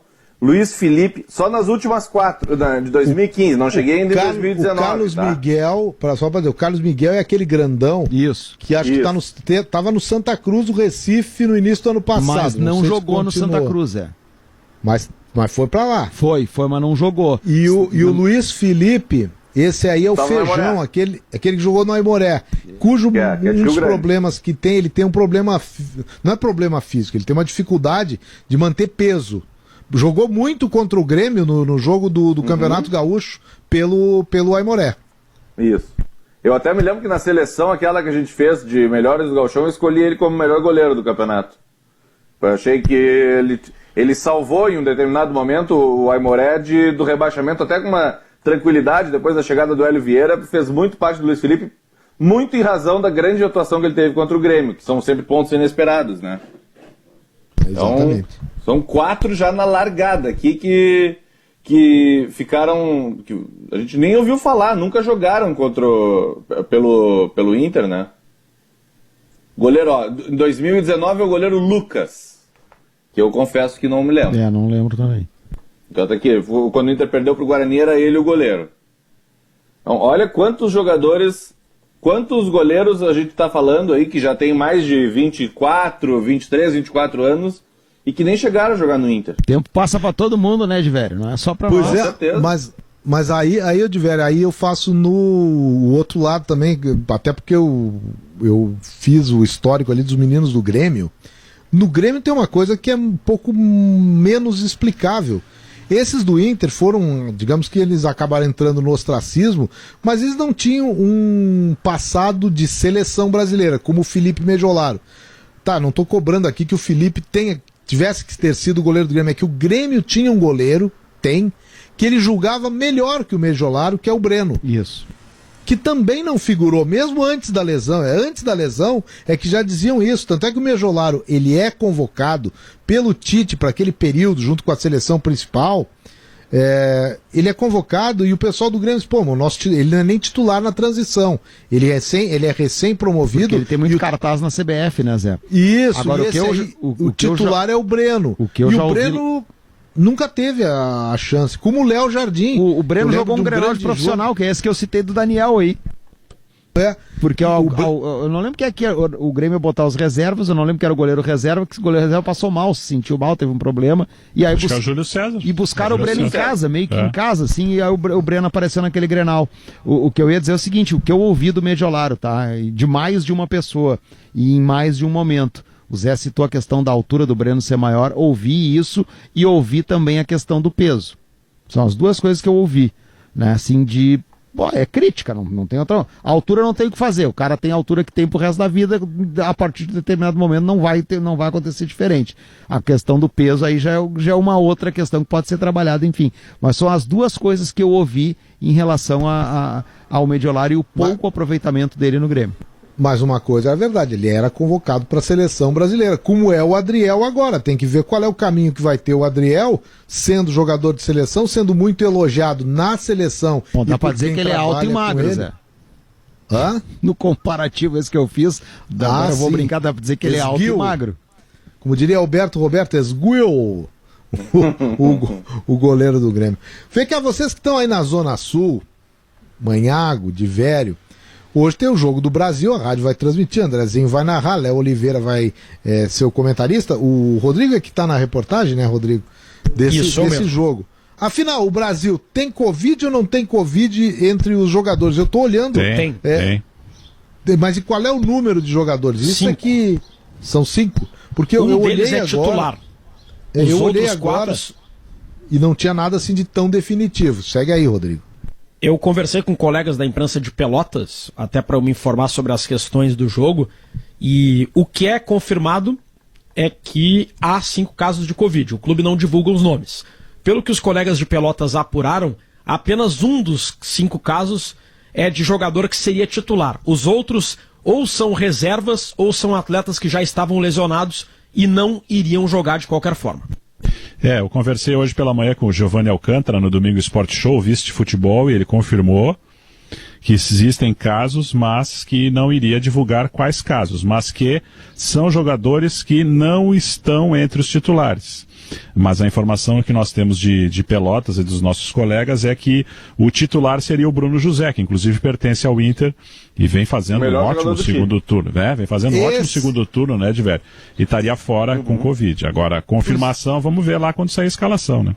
Esse aí é o link que eu quero dar para dentro do nosso contexto de dupla Grenal também, para colocar Bruno José é reforço para o Inter na próxima temporada, tem capacidade para chegar no Inter e pelo menos disputar uma posição, merecer uma oportunidade do novo treinador? Ele está nesse aspecto que a gente está falando de dar rodagem, né? Ele ganhou rodagem, sendo emprestado, atuando em algumas equipes e agora estando no Brasil fazendo uma muito boa Série B pela equipe do Brasil, é um dos responsáveis pelo crescimento e reação do Brasil e até, quem sabe, uma chance matemática passando por uma vitória hoje contra a Chapecoense de acesso para a Série A do Campeonato Brasileiro.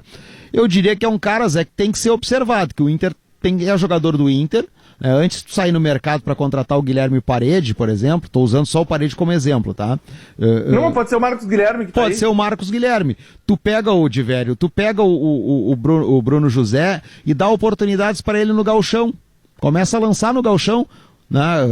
Ou faz como o Abel fez agora, o Abel, e é elogiável, o Abel apostou no Caio Vidal.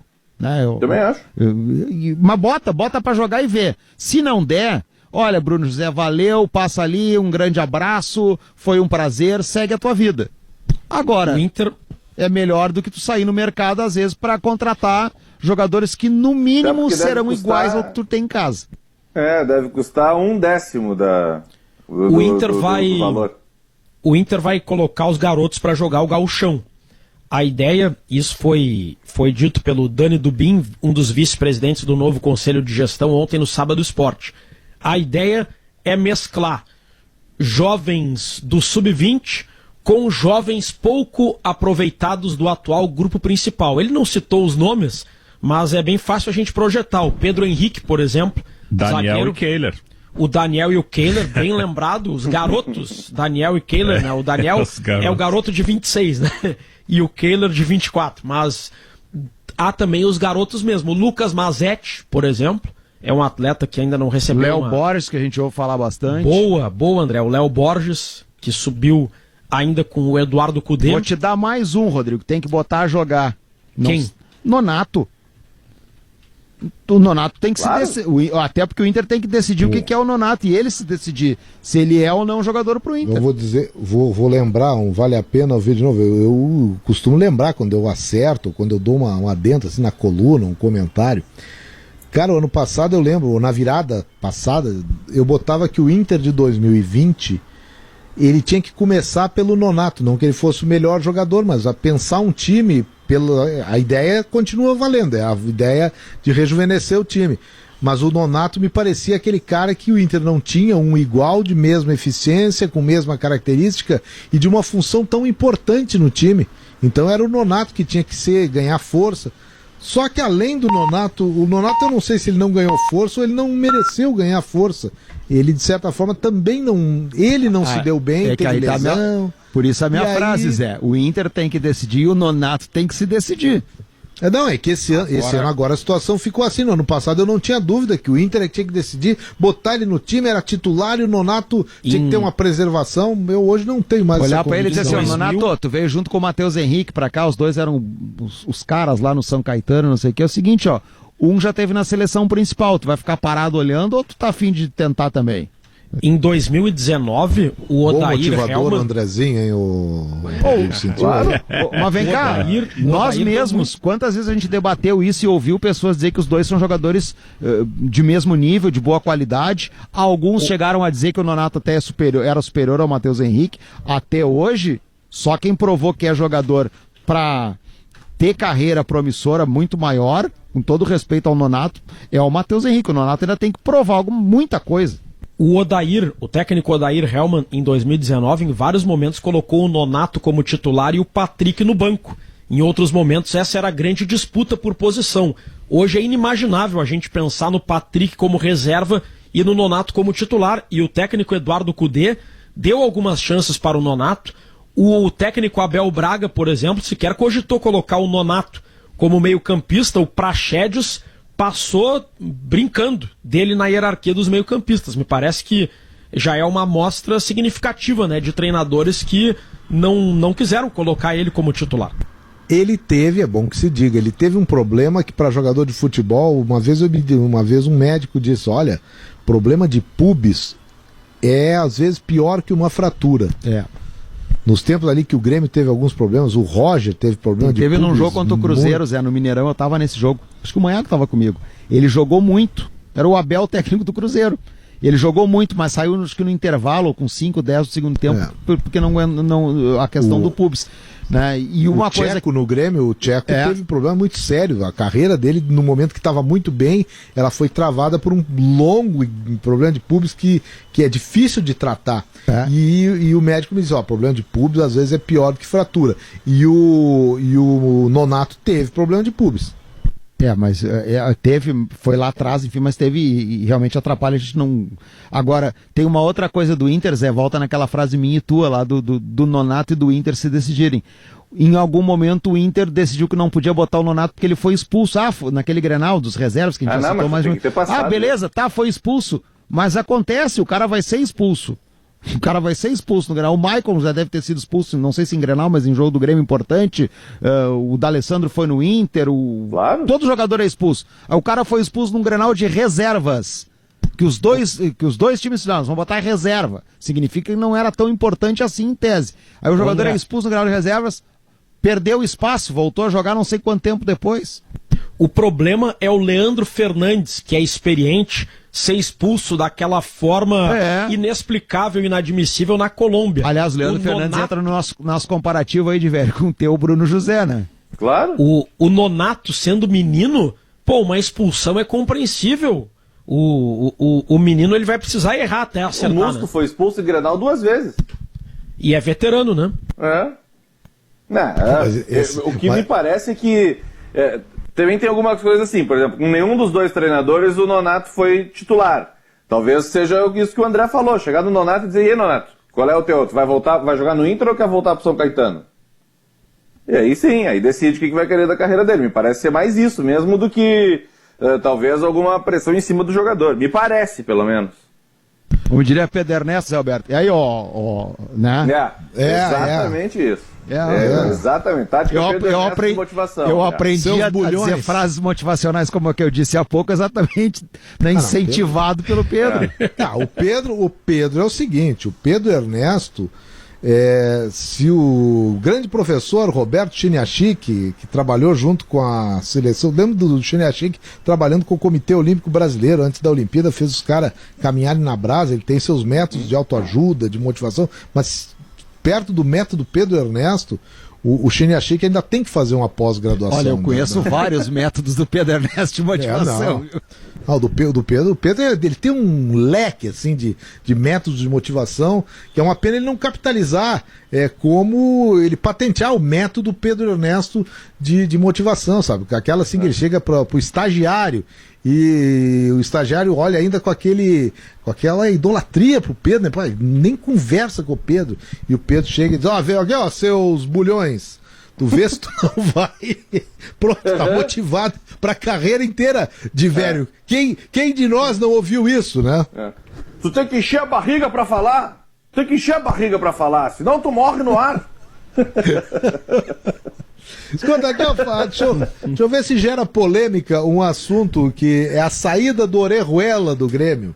Qual o prejuízo que o Grêmio tem em não contar mais, o que é uma possibilidade quase que consumada, do Orejuela não jogar mais e ficar fora, consequentemente até como opção na Copa do Brasil. Eu vou na lei, no que todos nós dissemos até agora. Tu tem o Wanderson, vai pagar 12 milhões pelo Orejuela? Não, fica com o Wanderson.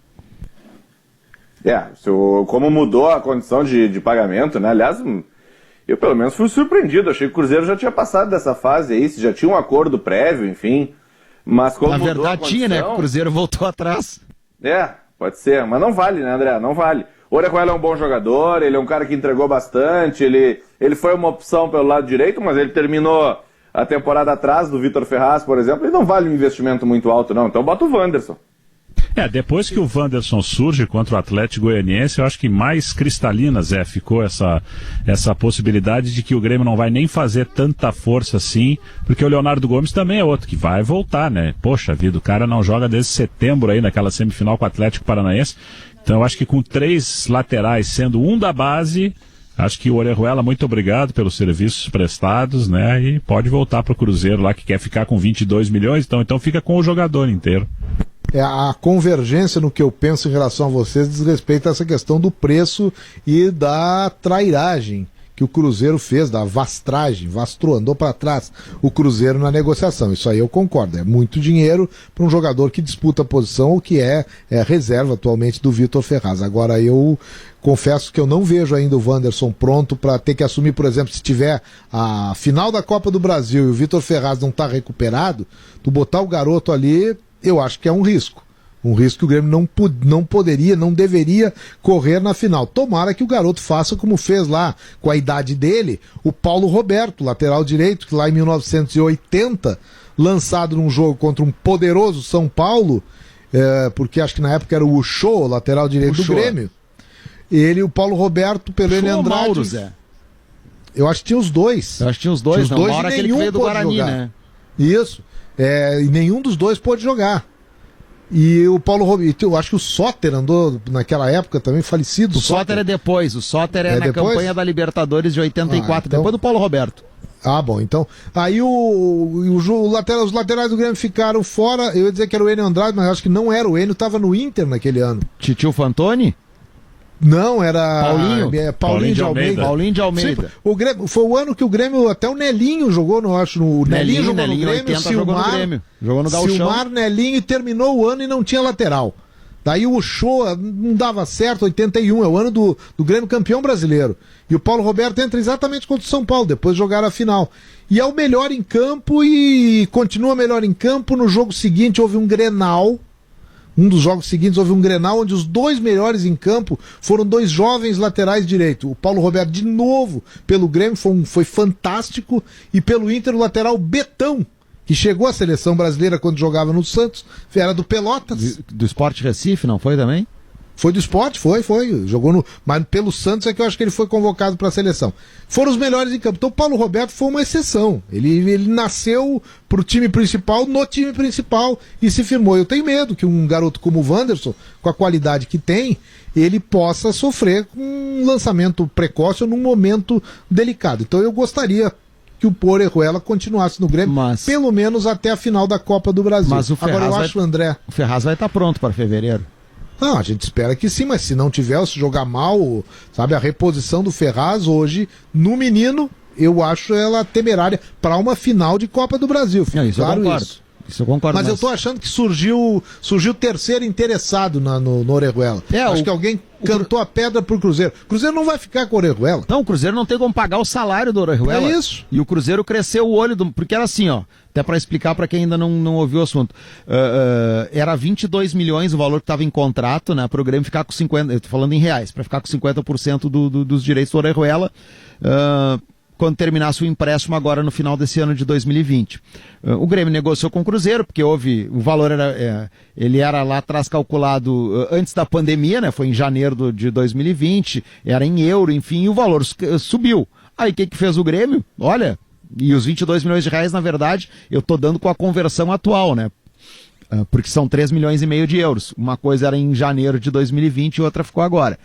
O Grêmio negociou com o Cruzeiro, o Paulo Luz falou de manhã para mim e para o Manhago aí, durante 60 dias. E aí o Grêmio conseguiu uma redução de valores. Né? Algo que ficaria em torno de, falando em reais, 12 milhões. Tá, beleza, o Grêmio mandou as minutas de contrato, ia mandar a documentação.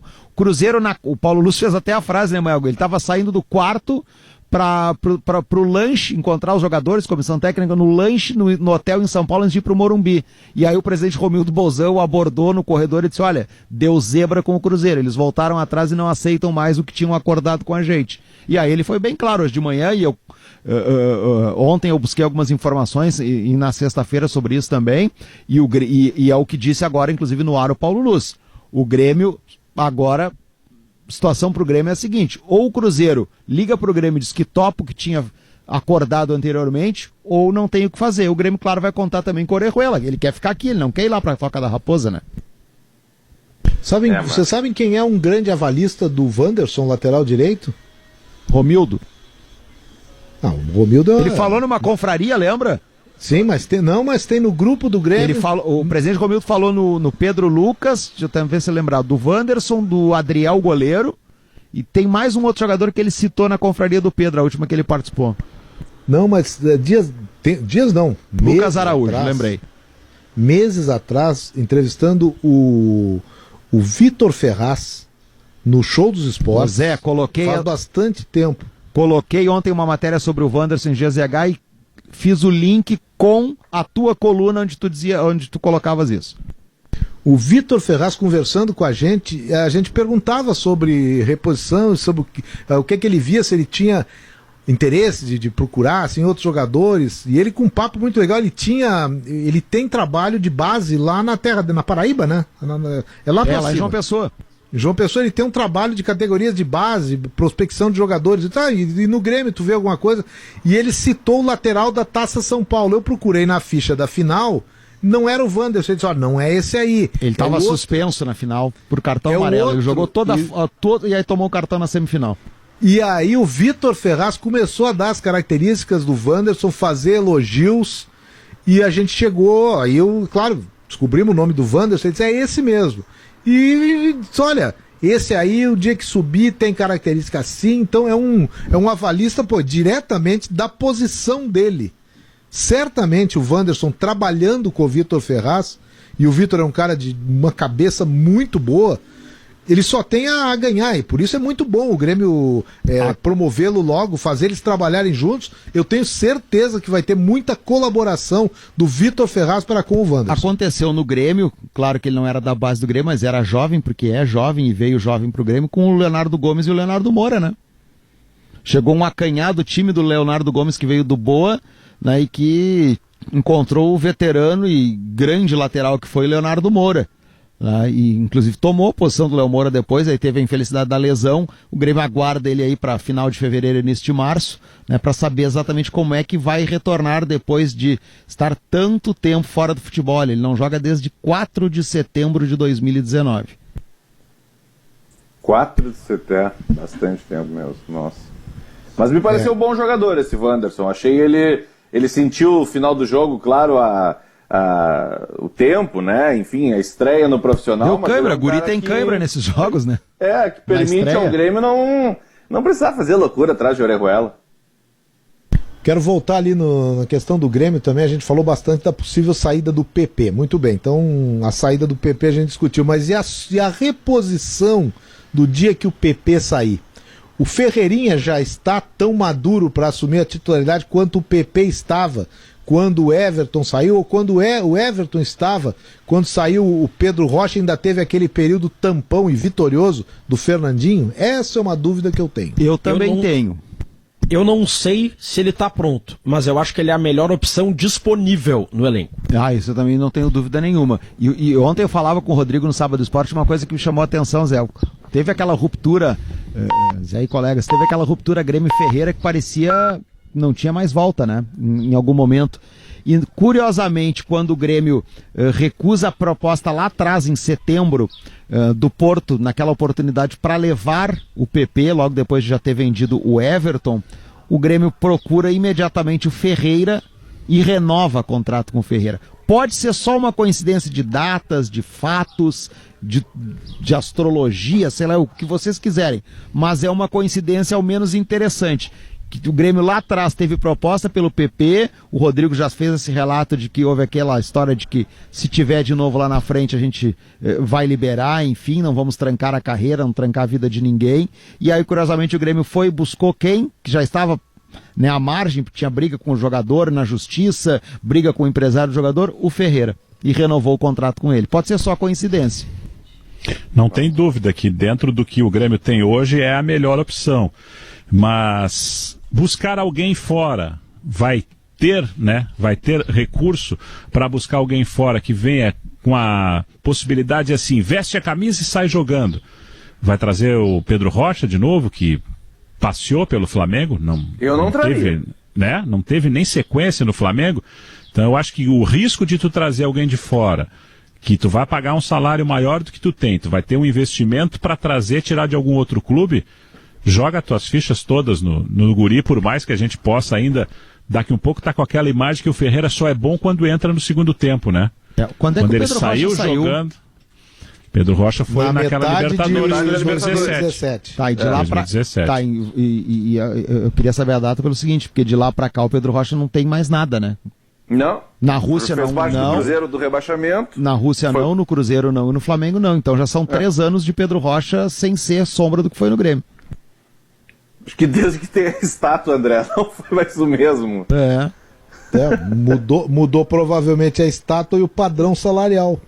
É verdade. O Pedro Rocha, se o Grêmio resolve trazer o Pedro Rocha de volta, ele encontra um jogador defasado tecnicamente e totalmente diferente também no padrão que ganhava aqui no Grêmio. Né? E olha que é um cara novo, tem 26 anos recém. Exatamente. Eu acho que o Pedro Rocha é um jogador, não fosse o salário, um jogador interessante para se investir. Eu acho que falta o técnico adequado, o esquema de jogo adequado. E por isso que para mim o Ferreira é o ideal substituto de momento do PP. Porque mesmo que eu seja um daqueles que considera que ele não está ainda no nível ideal, mas é muito mais fácil deixar ele no nível ideal do que buscar uma coisa que desvirtue um esquema que é o mesmo do Grêmio. O Pedro Rocha era diferente porque dava mais suporte na recomposição, é verdade. Mas era velocidade, o arremate a gol, e isso o Ferreira tem até melhor, ele é mais efetivo do que eram no início o Pedro Rocha, o Everton, o PP quando chegou já era mais efetivo do que os outros dois, mas é a característica do time do Grêmio, sempre ter um homem de velocidade, com boa capacidade técnica pelo lado esquerdo. E eu acho que o Ferreira dá, num primeiro momento, com certeza é ele que dá, e quem sabe no segundo momento, com uma evolução, ele possa decolar, como diria Renato, para uma condição até superior. Ele tem muita técnica. E o Grêmio E é o lado daquele. E o Grêmio preparar o Elias, né? Ou ao menos tentar ver se o Elias vai ser, né, o que ele prometeu ser na Copa São Paulo do ano passado. É esse, André. Esse é o de todos, dos que eu vi, claro que as últimas amostragens são... A grande impressão dele foi naquela Copa na Copa São Paulo, né? Mas esse me parece um jogador, se ele confirmar no profissional o que fez na base, esse é jogador para também botar o dinheiro também. Eu tinha visto o Elias, de velho, numa Copa Santiago, um ano antes. Tinha essas transmissões que a gente tem de internet, o pessoal lá de Santiago colocou a copinha e aí tinha um Grenal, acho que era final, e aí eu disse, vou ver esse Grenal. Só que o cara tá em casa, sábado de noite, né? Claro. Vou olhar, botei na internet e fiquei vendo. E eu não sabia nem o nome, porque eu não tinha visto escalação, nada. Eu comecei a ver o jogo, sei lá, com 15, 20 minutos. Disse, mas aquele cara ali é bom jogador, hein? Pai, driblava, ia, fez gol. Aí no outro dia eu lembro que eu procurei o Rodrigo Faturi, que trabalha com a assessoria das categorias de base do Grêmio. Tem um jogador que jogou ontem, assim, sabe o nome dele? Aí ele me deu lá os detalhes, enfim, não, é um jogador assim, veio de São Paulo. Eu disse, achei bom jogador, não sei o quê. Aí eu lembro que na época o Grêmio estava ainda para negociar a permanência dele. E aí negociou, fez aquela excursão para a Europa, né, que aí já colocou ele no time de transição, e aí ele começou, já entre o transição e o sub-20, a ter destaque. Mas é um jogador que desde o começo na base do Grêmio chama atenção. Dizem que tem problema do peso, não sei, não me parece, eu acho que ele é forte mesmo. Eu não estou acompanhando tão de perto assim a atualidade dele, mas na Copa São Paulo era impressionante a diferença dele para os outros. E tem o Léo Chu no Ceará também, né? Que vem fazendo olha, o Léo Chu é o Bruno José. É isso aí. Porque assim, se a gente for pegar do nível do PP aí no futebol brasileiro, tá? Quem tem? O Marinho. O Marinho já estava aqui, não deu muito certo, enfim, e agora ele é uma estrela. O Grêmio não vai botar um dinheirão para contratar o Marinho. Então, beleza. Desse nível ainda. Tem o Rony do Palmeiras, mas vai ver o que a torcida do Palmeiras estava falando do Rony até 2 meses atrás.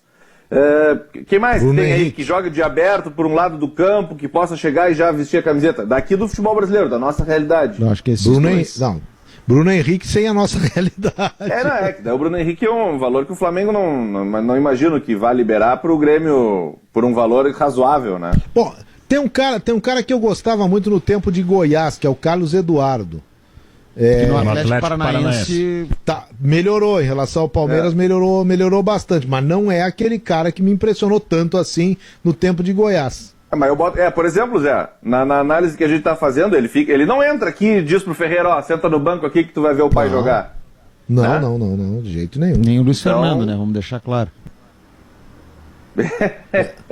É verdade. Então, o Luiz Fernando, eu ainda sustento que o Luiz Fernando, eu entendo o Renato e acho que o Luiz Fernando ele tem algum potencial para evoluir. Não acredito que ele vai chegar na maturidade, o Ferreira vai ser mais jogador. Mais pelo lado, sabe, Zé, também. O Luiz Fernando tem uma força física e um arranque que o Ferreira não tem. E eu sempre comparei ele com o Zé Alcino. E o Zé Alcino tinha algumas coisas que ele não se completava. Mas ele tinha talvez mais técnica do que era mais refinado tecnicamente, mas ele tinha aquela força, aquela chegada e alguns vacilos parecidos com o do Luiz Fernando. Mas eu vejo... né?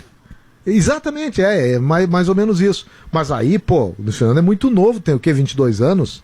Aí, tendo um Renato, que é um cara bom para chegar, para conversar com o jogador, eu acredito nisso aí também, para aumentar o potencial. Vale para ele e vale para o Ferreira. Só que o Ferreira tem 24. Então já é mais taludo. Então é por isso também que já está fisicamente, ele já está na maturidade. Por isso que eu vejo o Ferreira com o potencial de chegar bem mais do que o Luiz Fernando, mas eu não acho tão desprezível assim o Luiz Fernando, não. Não, desprezível não. Acho que o Ferreira é o melhor candidato ainda, pessoal. Eu não tenho dúvida do que tem o Grêmio. Mas de fato, Zé, a tua pergunta faz sentido, porque ao mesmo tempo que considero o melhor candidato, dessa hierarquia aí de jogadores do Grêmio, dessa dinastia de ponteiros que o Grêmio teve, ele me parece o menos pronto. Mas também a comparação é até de certa forma injusta, porque os outros eram muito bons, né? Já jogadores já preparados, pro Everton, Cebolinha, que é da seleção brasileira. É menos pronto, e aí a gente volta naquilo que eu falei do Grêmio ter corrido para buscar. Olha, nada contra, não sei qual é a relação, né? Mas às vezes dar tempo ao tempo é interessante. Se o Ferreira não tivesse perdido 6 meses da carreira, foi isso que ele perdeu? Por aí. Quem sabe tivesse pronto, né? Não precisasse dos 6 meses agora. O Renato disse isso. Agora, vocês sabem de uma coisa que eu acho que às vezes dá suporte... Eu quis dizer, não sei da relação, é a questão do empresário, né? Claro, sim. Claro. Sabe que às vezes eu fico pensando de uma coisa que pode dar suporte naqueles jogadores que têm uma maior maturidade pessoal. Aquilo que no futebol é condenável, por nós todos, tenho certeza, que é o rodízio de técnicos. Se pegar, por exemplo, o Everton e o Pedro Rocha, eles começaram no Grêmio com o Filipão. Isso. Os primeiros jogos aí eles passam do Filipão pro Roger e chegam no Renato. Então, se eles têm uma boa disciplina e vão se adequando àquilo que esses técnicos querem, me parece que eles assimilam o que os três quiseram, sabe? E aí e o Everton é um cara que... E o PP me parece ter isso também. O PP é aquele negócio de jogar mais pelo meio, que às vezes até prejudica ele, mas me parece que é a ideia dele de que se ele ficar fazendo apenas o lado esquerdo, ele vai ser mais marcado, ele vai ter menos chance na seleção. O Everton, mais tarde, é que ele veio a fazer isso, e o Everton jogava às vezes pelo meio no Grêmio. O Renato colocava ele como atacante durante os jogos. Então eu acho que esses jogadores eles também se destacam pela qualidade técnica, mas por uma boa compreensão daquilo que os treinadores, e foram 3 no caso desses aí que eu falei, tiveram com eles ao longo no início da carreira. Bem lembrado, Zé, bem lembrado mesmo. Nossa sala de domingo está indo para o final, recados finais agora do programa, senhor Rodrigo Oliveira, que daqui a pouco estará com Chapecoense Brasil de Pelotas. Zé, já que a gente vai fazer a cobertura de Série B, é atração para o futebol gaúcho neste domingo, quero expressar aqui a minha esperança e a minha torcida para que tenhamos Juventude e Brasil de Pelotas na Série A. O Brasil é mais difícil, mas ainda é possível. O Juventude está no G4. Quero essa torcida aí na reta final da temporada por 4 times gaúchos na Série A. Vamos agora para a Praia do Cassino, primeira parada com Rafael de Vério. Parabenizar aqui no Sala de Domingo o Grande Futebol Clube Santa Cruz, que para mim é a maior história do futebol gaúcho nesse ano, uma história de um mês que envolveu um monte de conjunção de astros para dar certo, e parabenizo ao Thiago Reck, ao William Campos e aos jogadores pela superação e pelo título, e que em 2021 estarão na Copa do Brasil. Eu quero me antecipar, Zé, desculpa furar a fila se não era eu, porque eu quero pegar esse gancho, eu quero parabenizar ao Rafael de Vério. Estendo os teus parabéns, de Vério, ao pessoal do Santa Cruz. Assina embaixo. Mas quero te parabenizar pelo feeling, pelo senso, pela matéria que está apresentada sobre os jogadores do Santa Cruz, sobre as dificuldades que eles tiveram, né? Olha, tem o talento dos caras, né, e a resiliência deles, e tem o teu talento muito bem exposto ali mais uma vez nessa matéria. Quero te cumprimentar mesmo de público aqui em relação à matéria, e aproveitar essa questão do Santa Cruz. Olha, dizer para muito jogador de categoria de base, viu? Pega o material do Rafael de Vério e lê, especialmente esses de time grande aí, que às vezes o cara, né, começa a pisar na pontinha do pé. Dá uma lida naquela matéria ali, meu filho, porque às vezes a vida não pode ser tão fácil assim. Tua recém tá começando, então isso vale para todos. Muito obrigado. Já fica com o teu recado final, Andrezinho. Era esse. Gustavo Manhago, bola rola daqui a pouco, recado final aí do Cassino. Vamos nessa, ficar na torcida aí pelo bom resultado do Chavante. A Chapecoense já subiu, o América Mineiro também, então Chavante, quem sabe, aí sonhando com uma vaga no G4, mas, claro, o objetivo principal, terminar mais um ano na Série B e concluir o seu terceiro anel lá no estádio Bento Freitas. Juventude, sim, esse caminha para o acesso, e pelas projeções aí precisaria de 3 vitórias em 6 jogos, e porque o pessoal está trabalhando até com menos do que 63 pontos neste momento para subir. Obrigado a vocês aí, vou tirar 2 semaninhas longe dos microfones, de férias. Nos vemos em 19 de janeiro. Zé Alberto de Vério, Rodrigo e André, bom domingo aí. Aproveite que mereces. Gustavo Manhago, fechando aqui o nosso Sala de Domingo. Meu destaque também vai para a Série B, é o nosso cardápio de hoje. Primeira transmissão do ano da Rádio Gaúcha em 2021. Vai ter o comando do André Silva, vai ter o Leonardo Oliveira, vai ter o Rodrigo Oliveira, e é o Marcos Bertoncello ou Douglas Demoliner que está na Central dos Esportes hoje? Bertoncello. Então, a todos eles, um bom futebol. Vamos estar na escuta. Para quem tá de férias, para quem tá voltando, olha, o trânsito na Freeway, daqui a pouco vai ter boletim aí, o trânsito tá complicado, quem vem da praia, não se ceda, tenha paciência, ouça a Gaúcha, é a melhor pedida para um congestionamento. Ouvindo a Gaúcha, você torce até para que o caminho fique mais vagaroso, que o congestionamento aumente para você ficar mais tempo, desde que tenha ar-condicionado, ouvindo a Rádio Gaúcha. Unimed Porto Alegre, cuidar de você, esse é o plano. Conquistar vem de dentro, calçados pegada, a marca da conquista. Rede de Farmácia São João, cuidar da sua saúde é a nossa missão. Estil com você no campo e no jardim. São José Industrial, implementos agrícolas de alta performance no campo, a preço justo. Trouxeram o Sala de Domingo, que volta semana que vem, né? Afinal, tem domingo na semana que vem, tem de novo o Sala por aqui. Uma boa tarde, bom futebol para todo mundo. Vem aí o pré-jornada. Até mais!